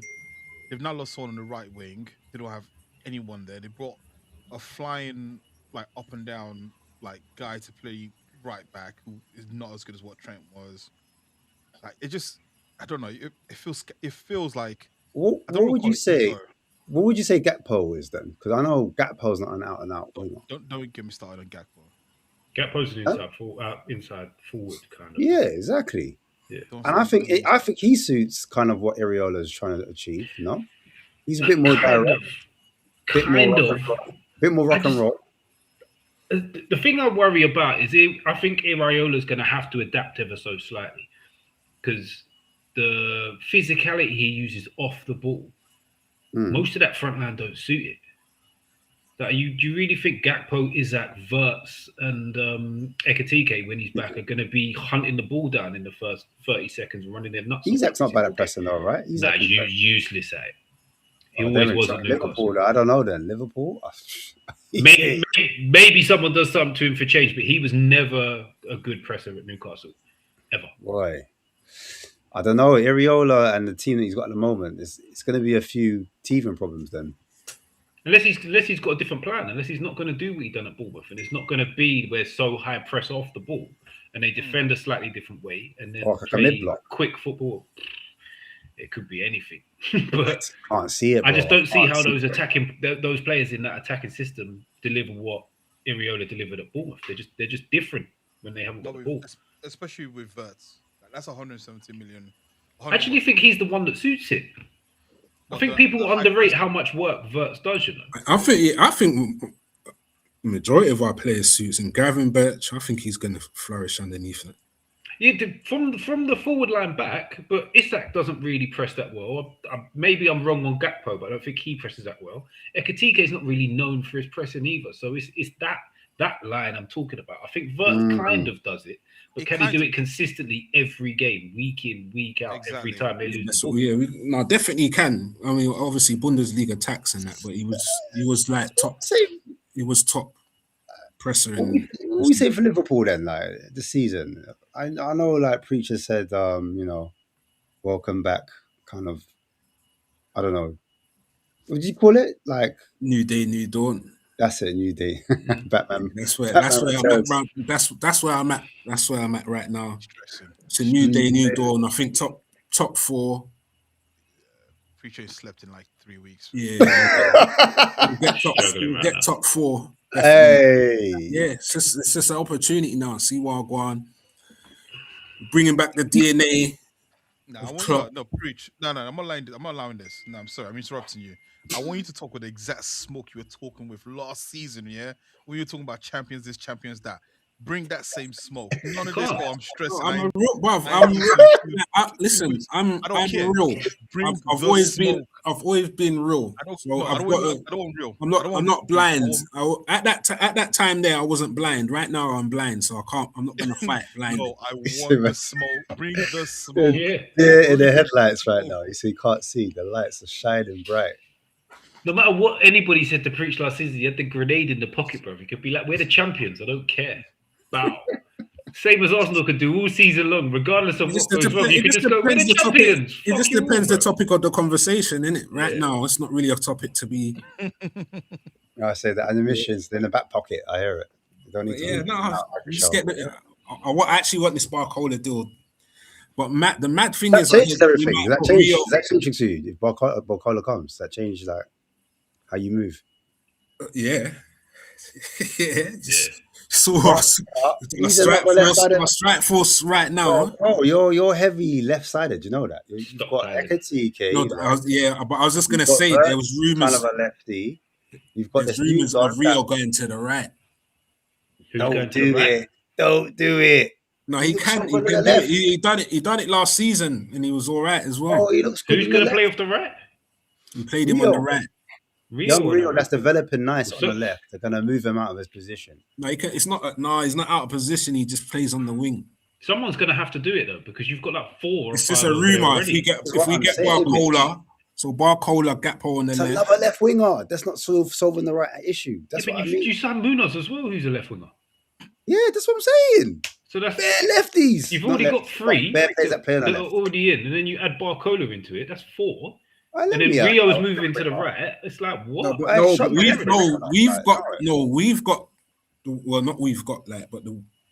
wingers that we're looking for play both sides. Like Rio can play both sides. Can he play both sides? I think he can. He can play the whole attacking. Yeah, because he was our Gordon replacement, so I'm going to guess he can play multiple positions on the front line. He can. Yeah, that's what I've read up, and I've seen a few. I think he played a lot on the left. He did from the heat maps I'm looking at. Yeah, he played a lot on the left, but he's good on. He's good. By the way, can we call out the shamelessness of Liverpool putting up World Cup champion Munoz on the Twitter? It was so shameless. The guy's no one kicked. It was guaranteed. We was guaranteed a World Cup winner. Bro. You guys have no one kicked a preseason game with this guy. He's no one done training at Liverpool. You guys. See, that's what I'm saying. You don't understand us. That's what I'm saying. We welcome you. You're one of us. World Cup winner. Hey, Jay, we could do it though. We could do it, Jay. We could do the Porro World Cup winner. Was it the last World Cup? Romero was the last World Cup, and then before that was Lloris was before. Was it Lloris before that? Yeah, yes, you're correct. Yeah, I mean, I don't see, like, just the point I made about Iraola and players. It's one of these things where it's like sometimes you can have the right players but the wrong manager. So which one is it for Liverpool? I think about that for Tottenham with De Zerbi and some of the players we brought over the last few years, and I have to extend the relative olive branch to Liverpool with some of their signings and stuff. They obviously didn't invest that much money for players to flop. So, yeah, I just look at the Premier League very open. Like I say, it's a very open league next season. The quality of team is the floor is so high that there's never been a higher Premier League floor. The ceiling might not be as high as previous, but I still think the ceiling is very high. Sweeping Conference League, Europa League, finalists in the Champions League. Do you know what I mean? It's like the quality of the league is high. So it's crazy. Like people think, if one of the promoted teams does all right next season, a good team's going down. Do you know what I mean? That's the thing. West Ham, so. No, but West Ham's probably the best. The funniest thing I always say is West Ham's team that went down is probably the best team I've seen since the last West Ham team went down. So do you know what I mean? Like in between those two teams, they're both the West Ham team that had the Carrick and Joe Cole and all that sort of stuff, and this West Ham team, they're the two best teams I've seen go down. Newcastle were pretty good, but I think even Newcastle fans would look at the quality of the West Ham. West Ham team, had Newcastle had Bar. I swear you lot had Bar in your team. Was it Bar or no? It was I think he'd gone. The first time we got relegated, our front three was Martins, Viduka, and Owen. Martins, that's it. Viduka. Wow. That was our front three. Last time, the first time we got relegated. The second time, it would have been Mitrovic. Mitrovic, you know. Yeah, he's a shooter. And we would have had man like Sissoko and people like that in midfield. Yeah, yes, Sissoko, because we took him through. I remember. But if you look at it objectively, you say like, Somerville, Dutch international, Bowen, English Wilson, Tati, they could be like Susek, they could be like Fernandez, they'd be like Dizazi was there on loan to Debo. Yeah. Like, do you know what I mean? Like that's you know, like people were. Tadibo was meant to be at United He a year was. ago. I remember. So no, you're right, man. Interesting though. Man United. I'll talk about Somerville though. Actually, before I go to United, Somerville obviously he's gone to Saudi, man. Madness. He's got an Oscar. Remember Oscar when he went to China? Yeah, he's 24. Yeah, that's what Oscar went to China in like 20. He was like 23 or Yeah, something. he tried to do the Piper thing, innit? He was like, "Everybody come with me," and everybody was like, "No, you're on your own out there. You're on your own, brother." But he made generational wealth. He's Yeah, like, yeah. Just he what's was that? like, Yeah, I've that won. paycheck. He's like, I've won everything. Yeah, he ain't come back, has he? Nope. I saw he just went back to Brazil recently. Who? Oscar. He just finally. Yeah, that makes sense, man. Yeah, go home now. You've done it. You know what I'm saying? You've done it. You've made your bread. Come home. It makes sense. Yeah. But yeah, I think Same for Somerville going to Saudi, man. I just don't like to see it, man. I don't like to see these younger players that could still he could have gone to Roma like 2-3 years maybe, and then the Saudi move. But I guess they're looking at it from a perspective of, will I get this opportunity again? Innit? You know what I'm saying? But I did see another link to Dembele going to Saudi, and they're trying to open up talks. Did you not see that? What did you not think of that? Usman Dembele. Yeah, Usman Dembele. Okay. Yeah, PSG Dembele. Yeah, Okay. they're trying to get him like. I think it's good. It'll be good for him to go. Yeah, he might as well. Of course he would. He's won everything, no? Nah, but let's be real. Like, he's going to turn 30, right? He's the number of games he plays at PSG is already diminishing. Like in the league, yeah, he played games in the Champions League, but factually, the number of games he played in the league is diminishing, right? He's been an injury-prone player. He's won 2 Champions Leagues now. Like, go and make generational wealth. Like, don't get me wrong, you're making a lot of money at PSG, but go and make money that your descendants wouldn't even know how to spend it. Like, at some points, like I just think like it's like players who have won enough, have won a lot. There's a time where you can just go, you know what, just go and fill your pockets, because your career now, he's got 6 years max probably at the top level. So his maximum earning potential right now. So earning potential is right now. Like after a while, I'm like, chase the money, man. You don't need to keep chasing like accolades. Yeah. Yeah, no, I hear it, man. I just thought, I just don't want to see PSG lose him and then start going crazy. Like they could take one of your targets. I don't know who your target is, but I'm just saying they could go for one of your targets, man. Oh, they could have Noni. Black excellence. I thought you was talking to me then, because that's the shit that happens to us. That happens weekly to us. So I was thinking, what's I'm talking to myself, really.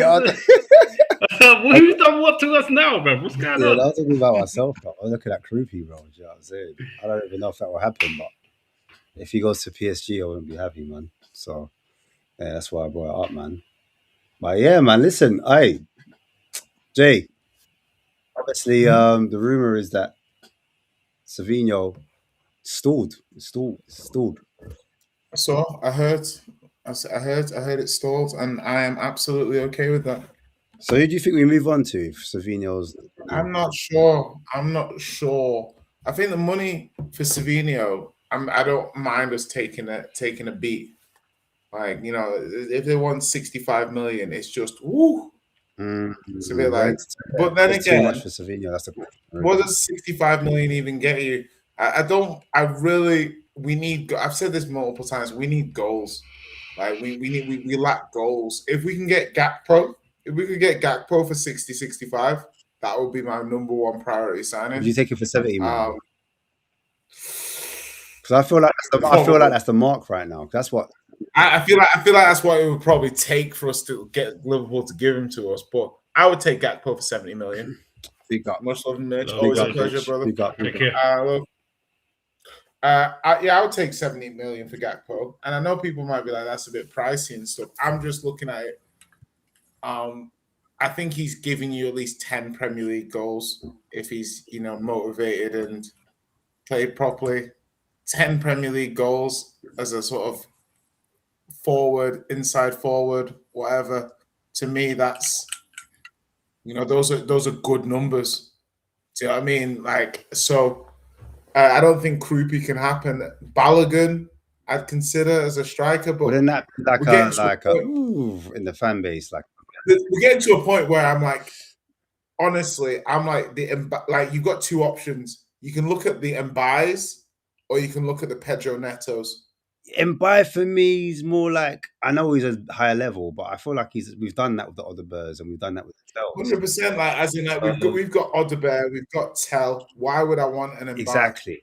Do you know It's what I a mean? similar profile. We've done the French thing, like So but then you get to the point of like Pedro Netos.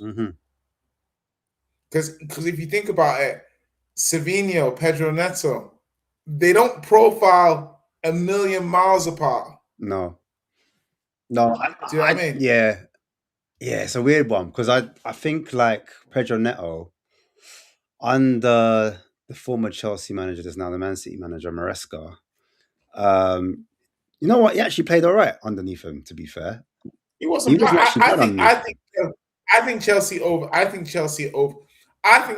overhate their players, but then they bring in. So it's like when they had Noni, I was like, he's fine, he's perfectly acceptable. He's and then they brought in Gittins to replace him. But it's more like, yeah, but it's more like Garnacho and Gittins. Yeah. I never rated Gittins, but I'm like, with Gittins, they'll be like, oh, the upside, the potential. I'm like, but you can. It's like if you have a stock and the stock goes down in price, and you think to yourself, ooh, this other stock's going to go up faster than my stock's going to get back to where it was before. Let me sell at a loss and then go get this stock instead. And it's almost like continually doing that over and over and over again. And I look at it from the point of view of saying Neto is a 7/7.5 Premier League winger, but let's not forget how spicy he was looked at when he was leaving Wolves. He was fire. I actually like him through the middle. I thought when he was in that middle position and Chelsea had no strikers and he had to do the false 9/10 thing, I thought he was all right there.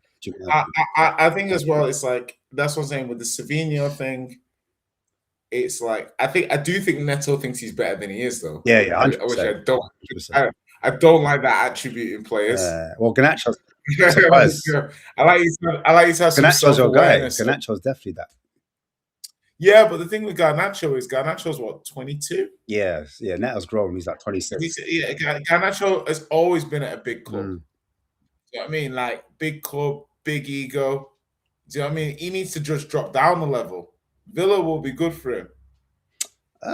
Yeah, it's a hard one, man. I just like Ndai. I don't know why. I just like Ndai. But the thing is, you like, to what ends? Because I think he was. No. To what ends in terms of you like Ndai, you buy Ndai? To what ends what is this player doing for you in relation to buying him? Well, like, what are you looking to achieve with Ndai as your starting left winger? I think he was played as a right winger because Grealish came in that first half of the season. So you saw Ndai on the right, Grealish was on the left. But the season before that, Ndai was actually on the left. And he got 10 GA on the left. 10 league goals in the Premier League. And for me, they tried to shoehorn him on the right. I think he's a left winger. He's right-footed. And I do remember him at Sheffield United doing damage on that right-hand side because he came on. I know what you're saying, against us, anyone can look good. But that's when I did notice him in the FA Cup and they knocked us out and he came on and he just did a madness. The way he just kind of creates havoc. He's like Odegaard, but with end product. Do you know what I mean? But I just think he's more polished. His shooting is a lot better. His finishing's a lot more. And I dug into the data as well. You know me, I like to look at the data as well. I don't just like to watch the player and think, oh, yeah, he's great. I need to have something solid to back it up. So I just think his numbers dropped down because he was played out of position for 6 months. And then when he went back onto the left, his numbers went right back up. Do you know what I'm saying? So that's it for me. People are looking for output. Spurs need goals. I think he does that. And I think he can draw 2 or 3 players to him, similar to what Kudos does. But the difference is, I think he's more of a head-up style player as opposed to a head-down kind of player.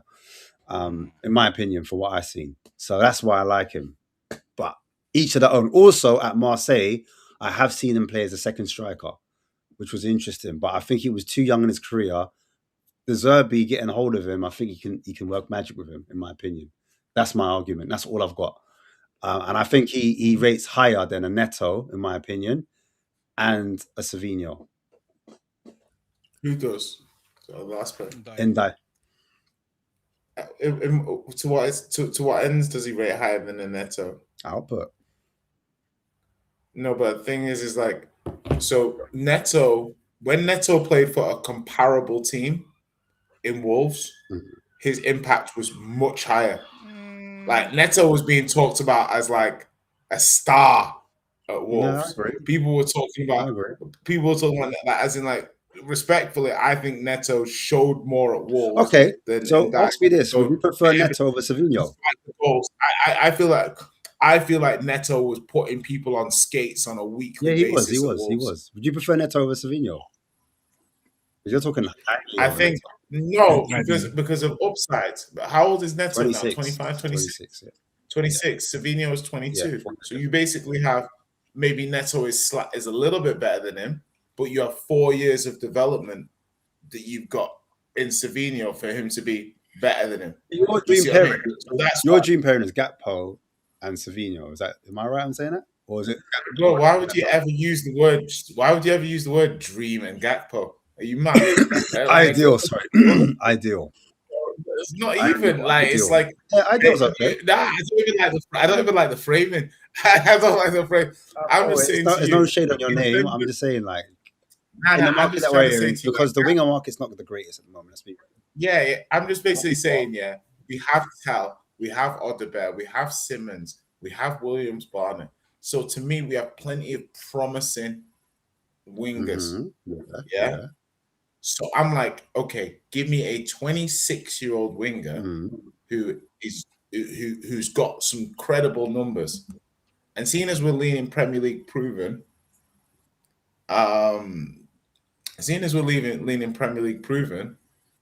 that would leave Gakpo and Neto. And if we rocked up next season with Gakpo and Neto, Neto, who's played for a team that's won Club World Championship, finished top 4 before. Gakpo, Premier League starting left winger. I won't complain. I won't be emotionally. I won't be emotionally blackmailed to feel like random players from like Götze from Ajax is a better option, or Nusa is a better option because they're shiny and new and don't have the stench of disappointing campaigns. Rashford would be an option. Rashford would be a very good. Rashford would profile almost exactly, not the same as Gakpo, but in terms of, in my mind, as the credibility factor of somebody that can add value. Sold to us, by the way. Olu, what do you think? Yeah, from a rival's perspective, and we know what I think they'd sell to us for 40 million. I don't think Liverpool would sell to us. I think they'd love to get his wages off the bill. I don't think Liverpool would sell to us, by the way, because I just think Gakpo suits Iraola. Depends on if Barcola is potentially doable. They do it. I think Liverpool would sell to Tottenham. I think they would, because I think, okay, maybe I'm reading it incorrectly, but I think Liverpool coming towards the end of the Gakpo experiment. I think there's only so many more years they'll keep him before they look to move him on. I just think that at some point, especially now, we've talked about the number of left wingers they've been linked to.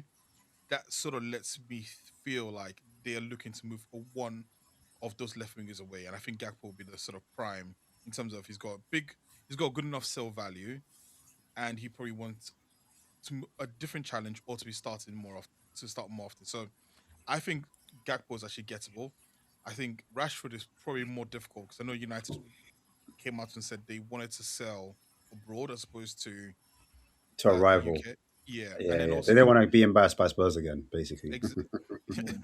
And then you think about it, like, because of the sort of homegrown quota and like the reputation he has in the UK, like he will be a considerable amount of money. I don't think Spurs would go there as well.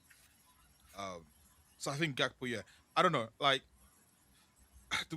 when you guys were talking about Ndai and who was it? Ndai and who's the player Savinho? again?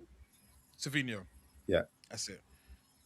And also, like, what I was thinking was, does Ndai look good because he's at Everton? And if you put him in a bigger team, does he then what happens to most players where they just sort of fall into being one of the other players? Or is he one of those players that will actually stand out? I don't think he will stand out at Tottenham. He's actually linked to Aston Villa, funny enough. Yeah. See, because I think, do you know what? Like, it was Odegaard, like you said. So I was thinking to myself, if Odegaard went to Everton, I think Odegaard would look like one of the best wingers, like, in the league. Just because, like, that sort of pressure, the way teams will approach him. Like, sometimes players just look, I've said it too many times, but players look better at smaller teams because they become the marquee player, and then they shift to a bigger team, and it's harder to stand out. And then that's when it's become, we started looking at them going, oh, then maybe they're not a good one to get rid of them. I don't know. If I was Tottenham, I would go for Gakpo because I think, like you said, you need goals from your front line. You don't get a lot of goals from your front line. One thing about Gakpo, for all the faults and as much hatred I gave for him last season, one thing he's very good at is when he gets in form, he will score goals. And he will score goals like 2, 3, 4 games in a row. Then you go for a lean spot, then we'll go again, right? And he's a very confident player that, in a sense that he will shoot. Yeah. Like, and right now, when I look at Spurs, you've got a lot of dribblers. Yeah, we not do a have lot a of lot of shooters. dribblers. Yeah. Like, once you lost Son, you saw the difference between having someone like Son who could finish and would take top shots, to now having no one like him. And all of a sudden, it's like actually the balance became easier to defend against Tottenham because you have to cut the supply off basically. I agree. I agree. I agree, but I think Ndai's shooting is underrated. Yeah, it might be. Especially pressurized shooting as well. Pressurized shooting inside the box. Because I've seen with Odegaard, his Antel as well, shot IQ is not always the greatest. Like knowing when to shoot. And you can say that about Gakpo as well. Yeah, Like but with all due defense, like look at where Odegaard and Tel are in their career. Yeah, 100%. They need minutes. They need and Jai was in his career at the same 100%. Age. They're light years ahead. 100%. But we do need ready now. To be fair, we don't need enough. Yeah, but the thing is like if you have two players like that, you mean you get one spot for ready now, 2 spots. You get two ready now players. You willing to use up one of your ready now spots on Ndai?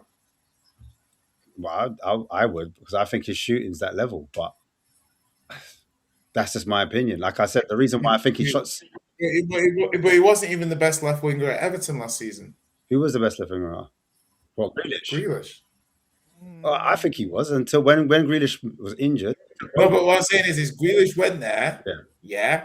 And Grealish is the one that started taking them up. Like, Grealish is the one that put their eyes on them. Grealish is the one who was because Grealish is more of a playmaker. Exactly. Winger. There you go. That's what I was going to say. Right? I think Grealish is more of a playmaker. He's more of the creator. Yeah. Go on. Sorry. Go on. Yeah. No, go on. I agree with you. I'm with you. Yeah. I think Grealish is. I'm just like, I'm like, if Grealish on a bender can come in and take your spot, I'm like, do you know what I mean? Like Grealish rocking up to shoot. I'm just saying, like, obviously, Njai's flexible and he took Diblin's spot, but I'm just, I'm with Oliver a little bit. I'm a little bit like, the problem is, what's it they say? A bird in the hand is worth 2 in the bush. Everyone forgets that. You know what you have.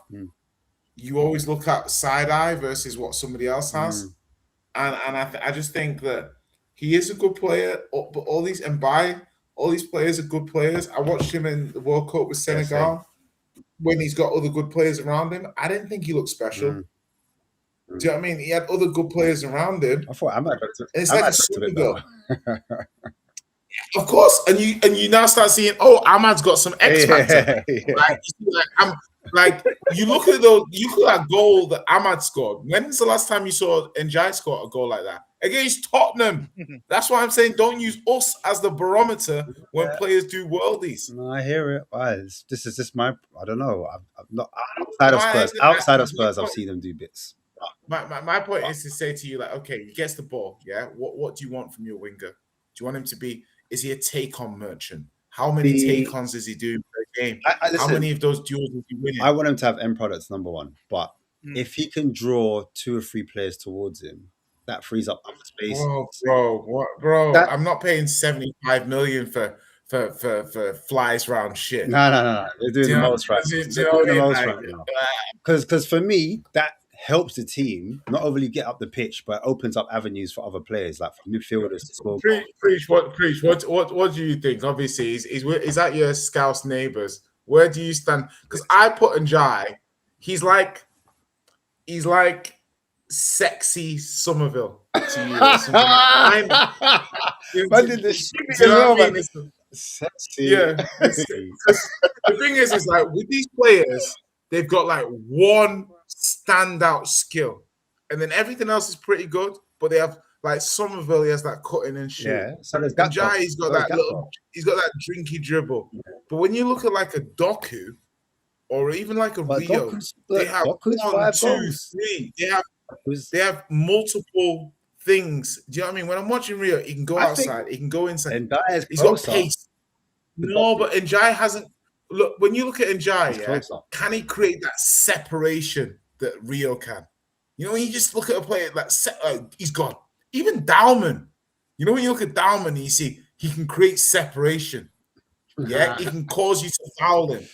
I'm just asking you to hold these players. When you look at a spectrum of so many wingers, okay, why don't we go get Harvey Barnes? No, Harvey Barnes is completely different. For me, he's more. No, but it's like, but we're talking about there's Mitomas. But that's a player I would consider. I'm not down. I'm just saying the profiles are different. But I would consider that. But you say the profiles are different in what? Because Barnes is more direct. Yeah, he's more of like a inside forward. He's more of a more direct. But does Njai? But this is I think that's what you want. I think you're. No. I'm asking you to separate the aesthetic from what you actually are seeing from the. No, I don't think you are. I think you're underrating Njai's shooting. That's my personal opinion. No, but Barnes has got good shooting anyway. Yeah, so definitely, it's not, and I agree with that. Yes, well, that's what I'm saying. But Njai doesn't have a material improvement on shooting on Barnes, so you can't flex that card on Harvey Barnes because Harvey Barnes has got better shooting than Njai. Yeah, no, his numbers, his output speaks for itself, and I'm not going to go against Barnes. So now I'm going to ask you to say the other stuff. Do you think Njai is better than Barnes at? What is it?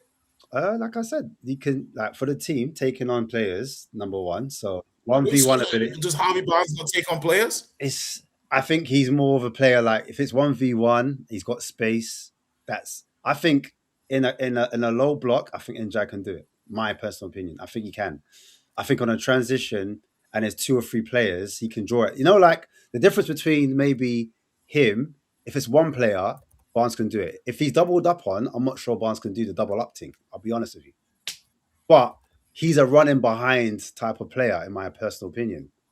And so is Gakpo. Gakpo's more of a running behind, more of a ball carrier. That's the word I'm looking for. Whereas Barnes is not a dribbler. Barnes ain't a dribbler. Barnes is a carrier. That's why he looks so direct. Because when the space is there, he can hit it. He can attack it. Whereas in Njai, dribbling, that's his game. That's what he does. He can beat 1, 2, 3 players. I think you're creating aesthetic differences to say that these players are way more similar than you think. Some players are way more similar. Like Garnacho is a carrier. But you're just so if Harvey Barnes, right? Yeah. He will dribble past the player. He's just going to do it more directly than Njai will. But they are both dribbling. I just think he's more of a carrier. In my opinion, you're conflating the. No, I don't. I think. Let's pull up the data. Pull up the data. You're right. Let me hold back. I could be wrong. I'm happy to be wrong as well. This sounds like when we had. I think I've forgotten now when it was, but we had a conversation about would you rather Kudus or what's his name, Bowen, and me. Lovely. Bowen is a direct dribbler. Yes. Whereas Kudus is a more jinkamajink. Yes. And I was like, correct. Sometimes the shortest distance between 2 points is a straight line. And sometimes you want a player who just goes in a straight line and he's so efficient, as opposed to the guy who has to cut back. You know what? That's fair. That's fair. So it's like Theo Walcott. To me, you can say what one man's ball carrying is another man's dribbling. And that's the point I'm trying to make to Ash. I'm saying that what you're calling dribbling versus ball carrying, I don't think there's as big a difference as you think. And I want to see what the data says. I made a mistake. Don't worry, keep talking. I'm gonna bring it. Okay, because basically this is because then when you get the Mitomas, the Barnes, the Njai, why don't I just spend 30 million on Harvey Barnes? Why don't I just spend 30 million? I'm not against it, by the way. I'm not against because I like to me, that's Harvey Barnes. If Spurs pulled up Harvey Barnes, I'd be content. If he was one, if you were basically saying, I'm gonna bring you 2 or 3 attacking options, and one was Harvey Barnes, I wouldn't be upset. I forgot how to do this, man. But it's coming up. Did you not say preach? I would be. There we go. So Njai's in the green and Barnes is in the black here. And basically, we need to go to dribbling, right? We need to go to dribbling. Yeah. Oh, Barnes has got a bit of dribbling. You're right. Fuck you. And you know what's funny? You know what's funny? Ndai's got better ball carrying. But listen. It's literally like 78.9 dribbling. Bro, 78. This is what I'm trying to say about my eye test. Wait, hold on. I was saying to you, these two players are very similar. 78. These stats are very similar. Let me read the stats. Hold on. 78.9 for Ndai and 79.4 for Barnes. Like, that's how tight it is. And then carrying is 73.1 for carrying for Ndai and 69.1 for Barnes. So yeah, but you got to remember something that Ndai is faster than Barnes. So bro, these players are so similar. It's more like it's cover more ground. Oh my god, these players are similar. Bro, one's 5'11", the other's 6 foot. But yeah, I'm actually reading the wrong stat for Ndai though, because I'm looking at World Cup. Oh, look at Premier League. Oh, look at him. No, sorry, I'm just reading it. Sorry, I was like, I saw the goals. I was like, something's not right. Pick 2020. Backtracking now. He's gonna be like, he fooled me now. I was so happy. No. You still could be well. You still could be right. Like, you can still be right. So, all right, drum roll, please. No, you're right. You're still right, man. I'm still right. You're still right. Yeah. It's just that, so it's only like 77.8. So basically, this goes to show that my interpretation of your classification of what dribbling and ball carrying was wrong was potentially a correct assertion. Ball carrying is much better than Harvey Barnes, which is.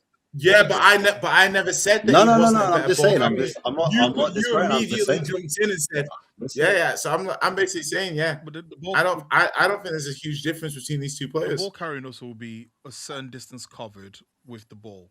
Yeah. Whereas I think, which will probably be indicative of Everton are always defending their arse off. Whereas the dribbling will be how many times he actually one-on-one beats a player when he faces him up. Yeah. So it's like actually. But do you know why as well? And this is where stats have skewed my interpretation. At one point, he was like the highest. He had the most take-ons in the league at one point. Then Doku took over. But then Barnes regression. To Ndai. Regression to the mean, man. It's mathematical, man. Yeah, but Olu, that's a great point. This is the point that I was trying to make to you. Was that I was like, how many dribbles does Njai actually make it? Barnes is constantly going at his fullback. Yeah. Do you know what I mean? If you watch him, I was like, how often is Njai going at his player? And I'm just looking at it from the point of view that's what I mean. This is where I'm trying to say is you can go and spend 70 million. That's why Premier League coach scouts are smarter than people on the internet. No offense. It's that because the 70 million that they're asking for Njai, the 50 million they're asking for Somerville, they can see the data and say, nope. But do you know what I mean? Like, obviously, you know this. Harvey Barnes is 28, and Elliot Njai is 26. But yeah. Yeah, but I wouldn't expect to pay the same amount for them. That's what I think you can get Harvey Barnes. I don't think Newcastle would sell Harvey Barnes personally. No, I have to sell him Gordon. Impossible. Yeah, that's just it's a non-starter, isn't it? They're not going to sell Bruno Gomes and then let Harvey Barnes. That's just impossible. But I think Ndai is more of a realistic. But I think he'll go to Villa personally because they've got the bread for. They've probably got enough money for that. It just makes sense. They got space as well, and he could possibly be the Morgan Rogers kind of replacement because he's a take-on merchant. But yeah, sorry, preach, because obviously we went back and forth there. That's kind. Yeah. What's your thoughts on Gakpo, man? Like Gakpo. Well, maybe he needs your honest opinion on him. It's two things. He's either just a confidence player, where he needs to be hugged and like Klopp and all that, well done, and the slut treatment's not good enough, or he just needs a new challenge somewhere else, different direction. So I wouldn't say no to selling him for like. Why wouldn't you say no to him? I'm very intrigued on this whole thing. Like, as a fan, like, has he frustrated you, or have you been very happy? Do you think he's underrated, underused, or in the right way, or like, what is your opinion on in that sense? Because, like, for example, for me, there's a chance that we might sell Matthias Tell, for example, and the fan base are very split on him, saying like he's a young kid, he's got a lot of potential. Like, don't sell him. But there's another half of our fan base saying, "No, Tell, we need goals. He's not doing the output right now. We need someone that's ready now." Like, so like that's what I'm trying to understand from your point of view or your ends. Where do you sit with Gakpo? Are you happy to sell him? Is he frustrating, or is he like you think he's using the right way? Like in a team that was underperforming, he was hella predictable. He was too predictable. He weren't getting past players. Like he weren't really doing it, and we know he can. That's most probably where the frustration comes from. It's not that we've just got a crap player and he can't do it. We know he can, but for some reason it's just not working. Like, what is it that in your mind? And maybe, obviously, maybe knew. I don't know if it's news about his child from early. It was troubling him. Like these, it's mad how these things have come out. But it's mad because obviously a lot of people are preferring Rio over him, which is crazy in my head because Rio's a young buck. Because we like the chaos up front, fam, and that's what Rio was doing. Like we like that. Like we like that. What we're seeing, like you giving defenders questions, like to make. Like, I don't want to shake his head no. No, he's saying in agreement still. Oh, he's saying agreement. Oh, okay. I'm not saying agreement. I'm just saying like it's always funny when I hear. So I remember months saying that he expected Rio to get 10 goals this season, and I was in my mind I was like, do you know how rare it is for a teenager to get 10 goals? It's a lot of pressure. That's a lot of pressure. But how old is he? How old is he? 17 now. He's 17 and he wants him to get 10 goals. Exactly. Like you have to be like one of the best players. Morgan Rogers numbers. Exactly. But the other thing is the things that, and I'm not making it about Arsenal, but I will make it about Arsenal. The things that we criticized Arteta for in terms of young players, specifically Saka, that is now, especially, and I've heard some Liverpool fans who've been very vocal about it and now saying they want Rio to play more games. So the thing that people say Arsenal or Saka suffered from, you're now trying to replicate it on a young player such as him. Like putting that much. No, I think it's different though. It's not different. It's the same. In fact, it's even worse. You're losing a marquee Premier League great player. No, I don't think we want to put Rio at the front though. I think you lot wanted to put Saka at the front, but we want Rio to have. We had to. Yeah. We don't. We just want Rio to have. We just want more. You want to put him on the right wing, though. You're saying you want to put him on the right wing.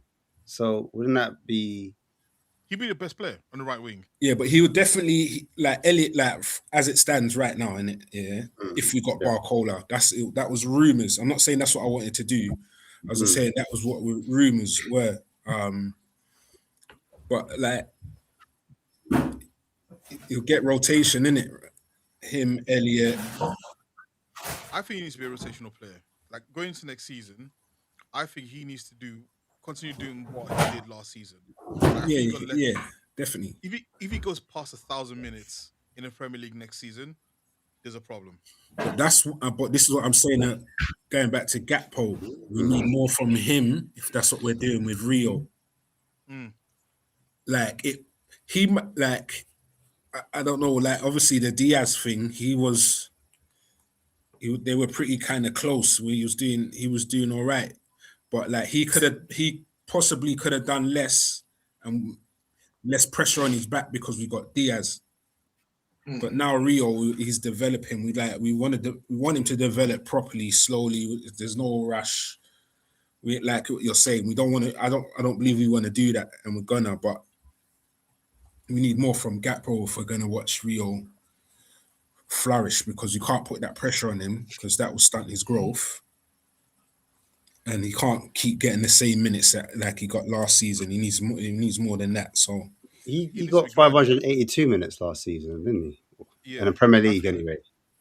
If he personally, I think again, I haven't coached at any levels, but I personally think anything over 800 to 1,000 at 17 is dangerous for him.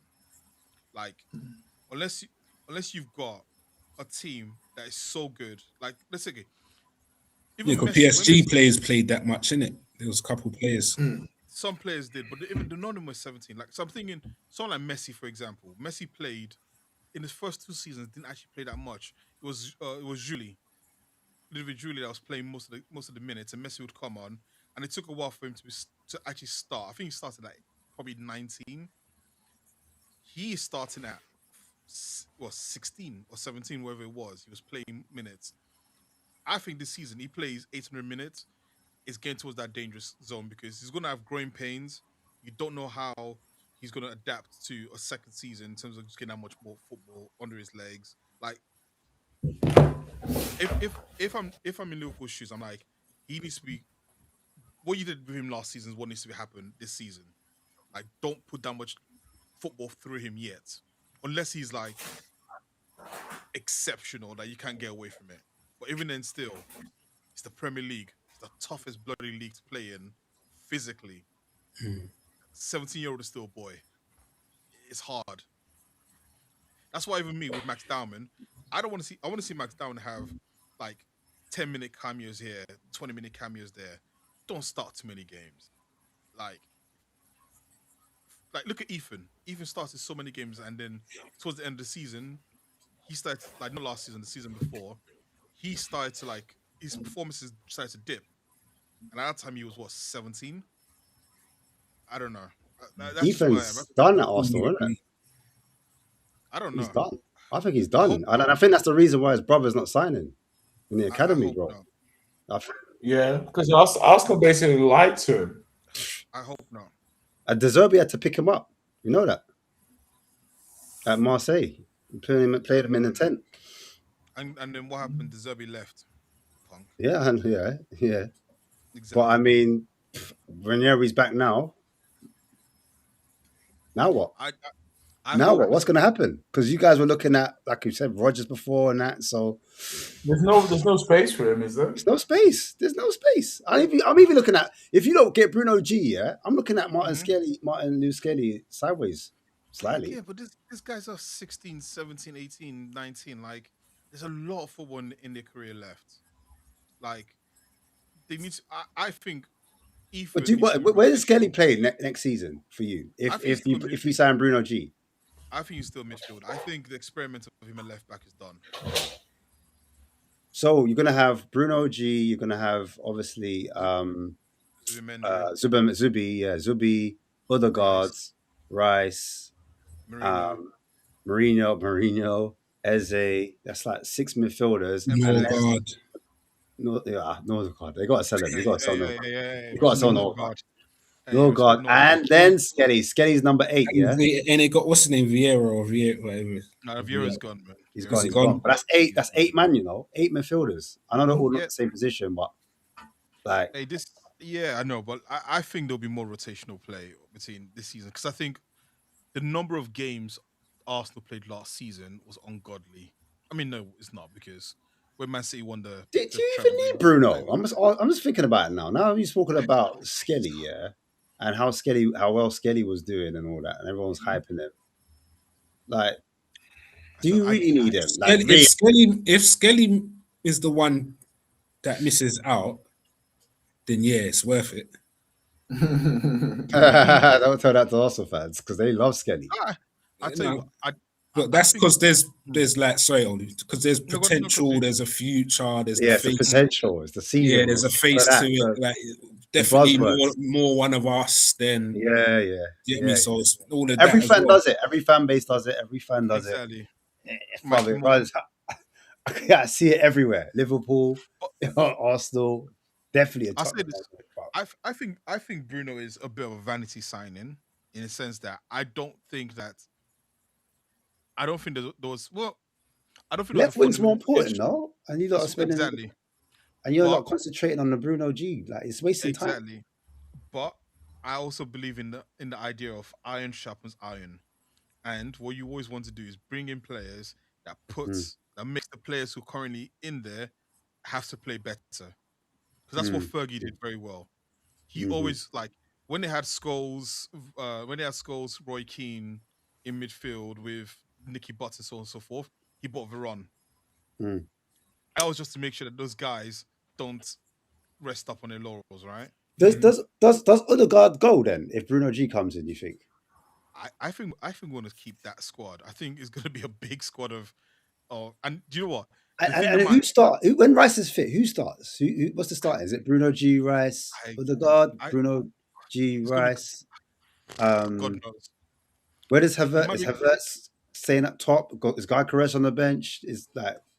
It's going to be contextual. I think it's going to be on the day he figures out what he wants to play. Obviously, like you said, you need a deep squad. So, like, these are the headaches you want as a manager, and I understand. Like, you need to rotate, and if you're going to be serious of fighting all front fronts, it makes sense, innit? But these guys are top players; they're going to want to play in it, and I can just see Skelly's mum just moving mad. You get it? I hear that, but he's also 19. This is where I was. It's true. Skelly's like, listen, is that racism? Because like angry about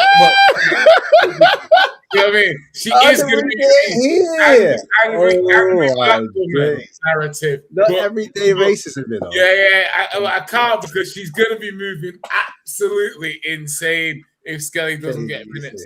You say black mums, yeah? Hey, black mums, bro. We've all got one. We all got one, exactly. Oh, what are you doing, my boy? That is true. Hey, on that notice, we're gonna end it now. Unless you don't got other. Can we talk about Man United? Are we going to talk about Man United? There's no Man U here, in it. So I thought I'd cut them out to next week. We can have an You opinion. want a double, yeah? You want a double in it? All right. United. Alex Scott, no. Bit. Not Alex Scott. That's Chelsea, sorry. United Tyler Adams. Disgusting. Or is it Camavinga? Because I don't know which one it is. You remember from Camavinga to Tyler Adams? Adams. I see. Which one are they doing? Which one? Yeah, I don't know, man. Like, also they're looking at who else? Alex Scott. No, so Alex Scott, Tyler Adams, Camavinga, but it was the Fulham midfielder, Sanderberger. He was also at Sheffield United when Ndai was playing. Sorry. Anyway, Sanderberg. Sorry, Man United. Yeah, which one are you seriously going to look at then? Look, I think it's whoever they get has to have a lot of running power. Running power, like get up and down the field, because right now that midfield is the midfield, and funny enough, I think the attack as well is imbalanced. Yeah. I think like the purchase they made last season was obviously specifically for Amarim, that now they've got a problem because what's called no winger, Cunha's not Cunha. winger. Cunha. Cunha's not winger. But they bought the young Robert's you from Spurs. TT, Which man. one? That's what I call him. Man, no TT. one, who the hell knows who he is, man? Get Tynan out of here, Thompson, man. man. Yeah, man. Yeah. Tristan Baller, Thompson. cuz. What are you talking about? Keenan Thompson. Who the hell is this guy? I don't. That's a Keenan and Kel. Nah, you're taking the piss. I don't know. Nah. I don't know Thompson guy, man. I'm just saying that, like, fundamentally, I think Great holiday, sir. the forward line is imbalanced. But when it comes to midfield, it's like, imagine starts in Maynard and like what's his name? Oh, Santos. Santos, or even Sorry. Tillemans. Like, all I'm saying is just if I'm the coach, I'm just going on a transition. Hard run. Just go do some hard running today. Just make them Tonali on this guy. Yeah. Jeez, like that's crazy. Like I think they need this. So Bosley on this one. Yeah. Exactly. Just imagine that. Yeah. Yo, Rice. Declan, you could run at them. Rice and peace. Yeah. Exactly. I hear it still. I hear it. Yeah, I think United, like, it's funny. They finished the fourth or third, wherever it's third last season. Yeah. They had the goodwill that's come from that. I think they're now in a position where it looks like more of a mess, even though they finished third. It's an interesting one, Man United, because you're right. They do lack legs. I think that's their weakness in the midfield to cover the wide areas. Or just transitions in general. I think Santos is decent in terms of defending, but yeah, in terms of the space, people were calling him Ugarte 2.0. That was after one game, though. I was like, brother, relax, man. It's just, you know what I'm saying, pre-season training and just getting the reps in. So, just cardio. Just a cardio session. Literally that, man. Don't read anything into this. And this goes for all clubs. Do not read anything into pre-season. Unless you win all of them by 4 or more goals, then it's different. But other than that, it's just training. I think their centre back situation it's questionable. It's questionable. Who's their starting centre backs? Martinez, right? No, he's injured. Lemire Euro. Oh no, please, no. Euro. He doesn't. He usually comes to the bench. You know what I'm saying? I think their centre backs. I don't know. I think it's an area of concern. I'll be honest with you. Right now, the best centre back is Heaven. a player that bought for 1 million from Arsenal, which is Heaven. He's very heaven. Yeah. That's it. That's the funny. My brethren's family member still, but yeah, man. He's the best defender they've got right now, and they still don't play him. Yeah. Please don't say Maguire in 2027 or 2026. You know the campaign United fans were going on about in terms of he should have gone to the World Cup. I'm like, you want Maguire? Like, did we get pissed off at bloody Southgate for keep taking Maguire to the World Cup, and now you want to get him back there? Nah, man. Lisandro Maguire that's a disaster waiting to happen. Yeah, I think they need to improve in their centre back area, in my opinion, if they want to be serious. And the number 6 role as well, just legs. I don't know if they will go out for Believer and try and get the money there, but apparently it's too much.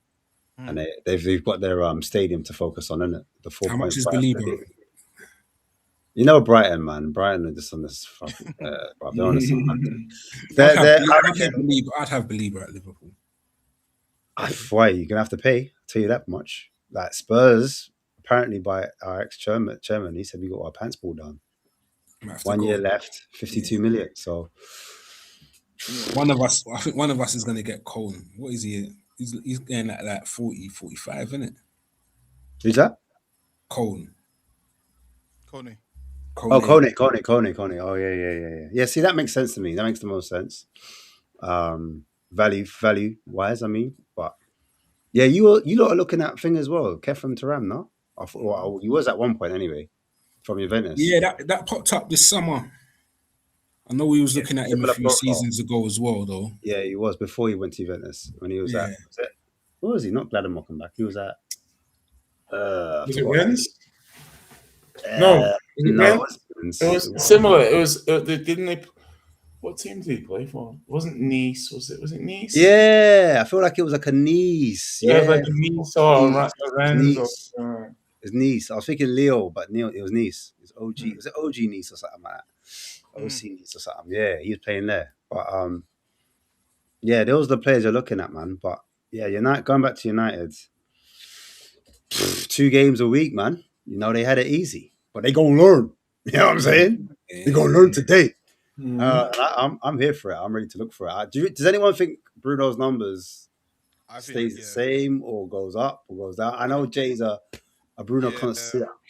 I feel like, this is a thing which More is really goals, more assists, or more assists? I was having this conversation about Kane and Haaland actually down. in the chat today. Yeah, and me and you today. I think this is something a bit like, because first and foremost, I was having this conversation and people are like, Kane or Haaland, and I was like, and Ollie, it was you who I was speaking to about this. Actually, sorry, apologies. And I think Bruno is a little bit like that in terms of, I think to an extent you're capped at Bruno's ability as a team, because when you've got someone like Bruno in the team, it's very hard. I was thinking, I was like, okay, when you have a Bruno, it's hard because he's demanding the ball. He's asking for the ball. He's looking for the ball. It's so very you hard. have to build through him a lot of the time. Almost like you have to get him the ball. Yeah, Do you know what I mean? People in better positions get missed out. Yeah, so I look at, and this is something where I'm saying that Bruno, his numbers, they can stay exactly the same, but will the team be capped at his ability? And I think that's something that I've thought a while. But the thing is gift and a curse. Yeah, but it's also the flip side of, okay, well, what are you going to do if you minimize him then? What are you going to achieve? Like, and I will almost go to say that the ceiling of United is higher with making Bruno the centre man than it is not making him the centre man. Do you know what I mean? But I think they take off though. If they, so who did they bring on for Bruno if he was to come out the team? They can't. The difference between a mount, a whole new different profile. Yeah, the difference between a mount and they can make the argument. Tielemans, Mainu, and I'm still intrigued to see how this will work with Tielemans and Mainu, because I think Tielemans is better than him, and I'm not sure how. What the Mainu? Yeah, I think Tielemans is better than Mainu. Yeah, of course he is. I'm not sure how they play together. Of course he is. But they can't play together because they're not going to cover each other's weaknesses. But could they play together if the third midfielder was someone like Mount? No. Oh, what, pressing from the front? No, because you lose at some point. You have to lose. That means you're losing out on what Bruno brings. Exactly. So creativity. You say not having Bruno. Every time you said Tielemans, I still remember that clip of him chasing Declan Rice, and when he's at Leicester, he was blowing. Oh my god! His lungs were. That's when he was younger as well. That is hilarious. His lungs were finished. You know when someone's running. I need to find that clip, though. I need to find they're doing that. You know when they're doing that. In fact, next week I'm playing it. I'm gonna find that clip and play it next week. Oh, it was too funny, man. You know, like you know, an athlete. Yeah, an athlete has the straight. The back is straight. They're running. Yeah, he was head down, swimming. He was swimming. So wait. Where do you not think Man United finish next season? I'm going to ask this every bloody week. But I think they finish 5th. Jay, where do you think Man U finish? United. Let's go to preach. I'm joking. Go on.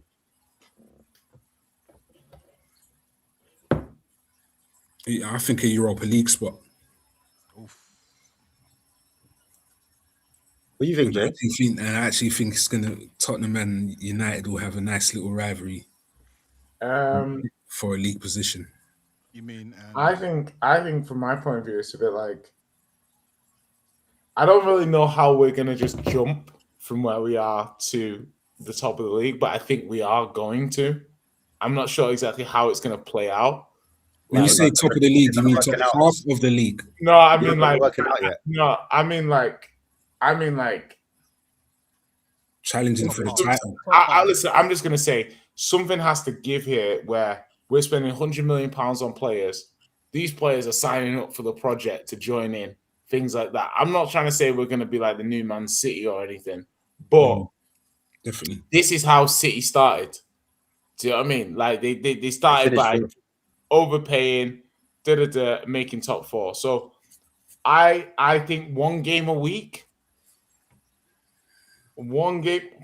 like I don't think we'll win the league, but I don't necessarily see when Spurs will have a better chance to win the league than this season. Like, and I mean Are you talking like currently how we are right now? Obviously we're going to buy attackers. I'm saying like if you look at the league, how many points do you think it'll take to win the league?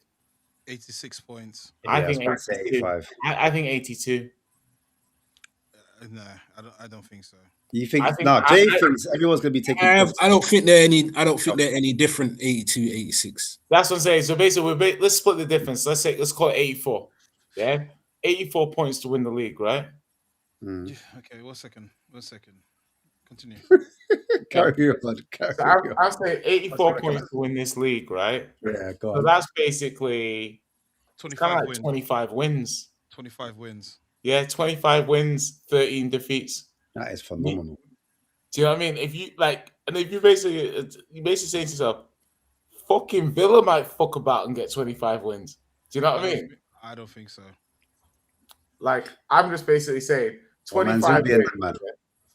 A 50% win rate is 19 wins. Yeah. Do you know what I mean? You'd have to be slightly better than 50%, yeah, to win the league. Fine margins, though. Yeah, but you know what? That is true, but you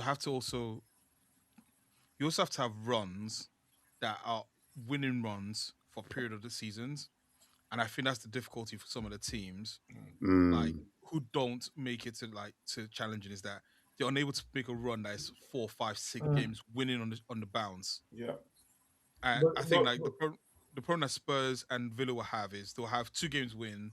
Well, if you're lucky this season, it'll be 2 games win, 1 game draw, then maybe another 1 game lose, and then sort of going through that cycle. Whereas I think to win a league, you have to have a 1 point a season, a consistent run that it just feels like it's automatic. Okay, I'll ask you this: machine for machine, 11 for 11, Villa versus Spurs. Who's better? I hate doing this. Is that too basic of a question? No, it's not. What's It's he not saying? basic. What? I think it's too much of a grey area right now. I think Villa have lost important player. Spurs are getting important players back. Spurs, but we haven't seen that the level where they're at. How far off they are. Actually, no, they've lost 3 important players because Onana is injured.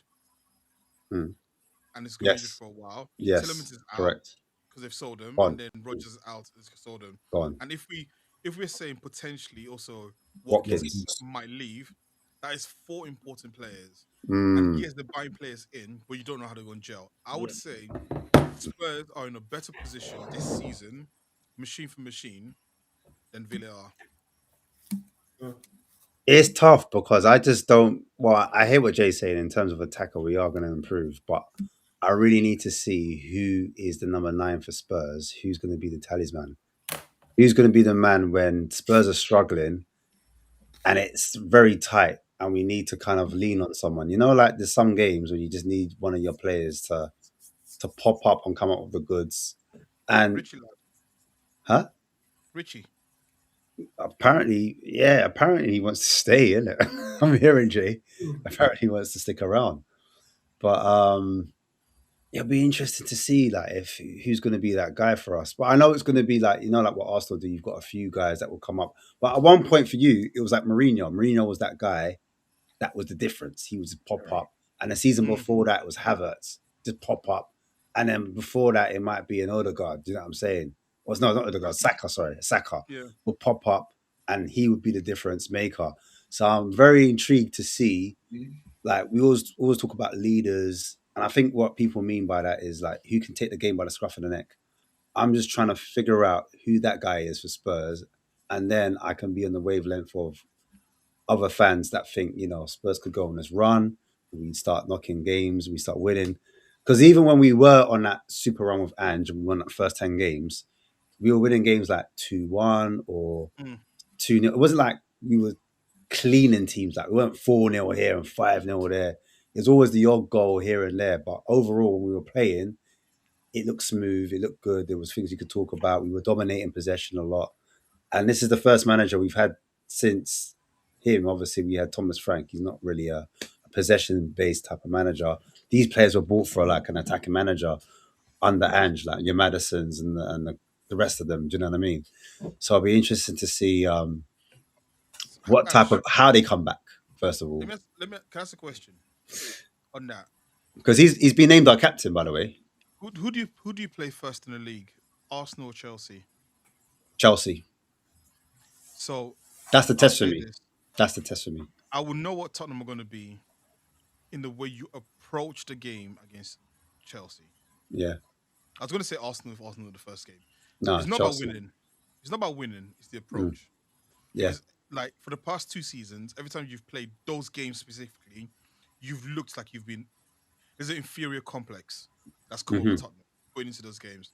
So how you set up against definitely Chelsea? Down to the managers, obviously. Definitely down to the manager. I'm going to say. The first time you play them will be the first indication of how good this Spurs team will be, for me at least. I agree. I've called it. I am out it, and we got them in a friendly as well in Australia. We're playing them in a preseason, which doesn't count, of course. Yeah. But in the league, we've got them. I think we've got Man United, and I think 3 or 4 games after we've got Chelsea straight after. Like, you know what I mean? I think it's within our first 8 games or 7 games. We got Chelsea. My United for me is not as interesting one because I think you always play. It's not the yardstick. You're right. I agree. It's not. Chelsea, it's really not. Chelsea will be the first one for me to let me really know what this Tottenham team will be. Yeah, I agree, man. But yeah. Anything? One last thing for me. Yeah, go on. Hey, big up Jason Derulo for signing for Real Madrid. Respect. Yeah, big up Jason Derulo, man. Did well for Brazil, going back to play for Real Madrid. Yeah, respect him. Mad. That surgery is mad. I preach. Any final words? No, not really. Truthfully, it's nothing much. Same. Not much to say. You get me? But I'm here. Respect. You say your channel's still popping off? You got content? Yeah. Definitely. Back when the season starts, still. So I hear it, man. Bit of a busy summer, but yeah, when the season kicks off, game week 1, we'll be there. Definitely. When you get your next signing, I'm gonna see a different type of preach. I know it, man. Hey, Jay. Mr. Agenda versus Facts. Yes, starting I'm just being lazy at the moment. I just got a lot of stuff on my work, but yeah, I've done some thumbnails and then checking out of doing the first video. But yeah, I'm not sure what the first one would be. I probably could have done one about England and stuff, but yeah, definitely. Is it for individual videos? You're doing pre-records, yeah? Is that your first? I'm doing pre-records, yeah. I mean, the premise is it's basically quite simple. We're basically just debating things that people say and comments that are made and just breaking them down, whether they are true or false. Or in this are you going to do like watch someone else's channel and then pause it and then? No, not overly. It's more like asking overarching questions. So, for example, I could ask the question like, Michael Edwards failed Liverpool, agenda or facts?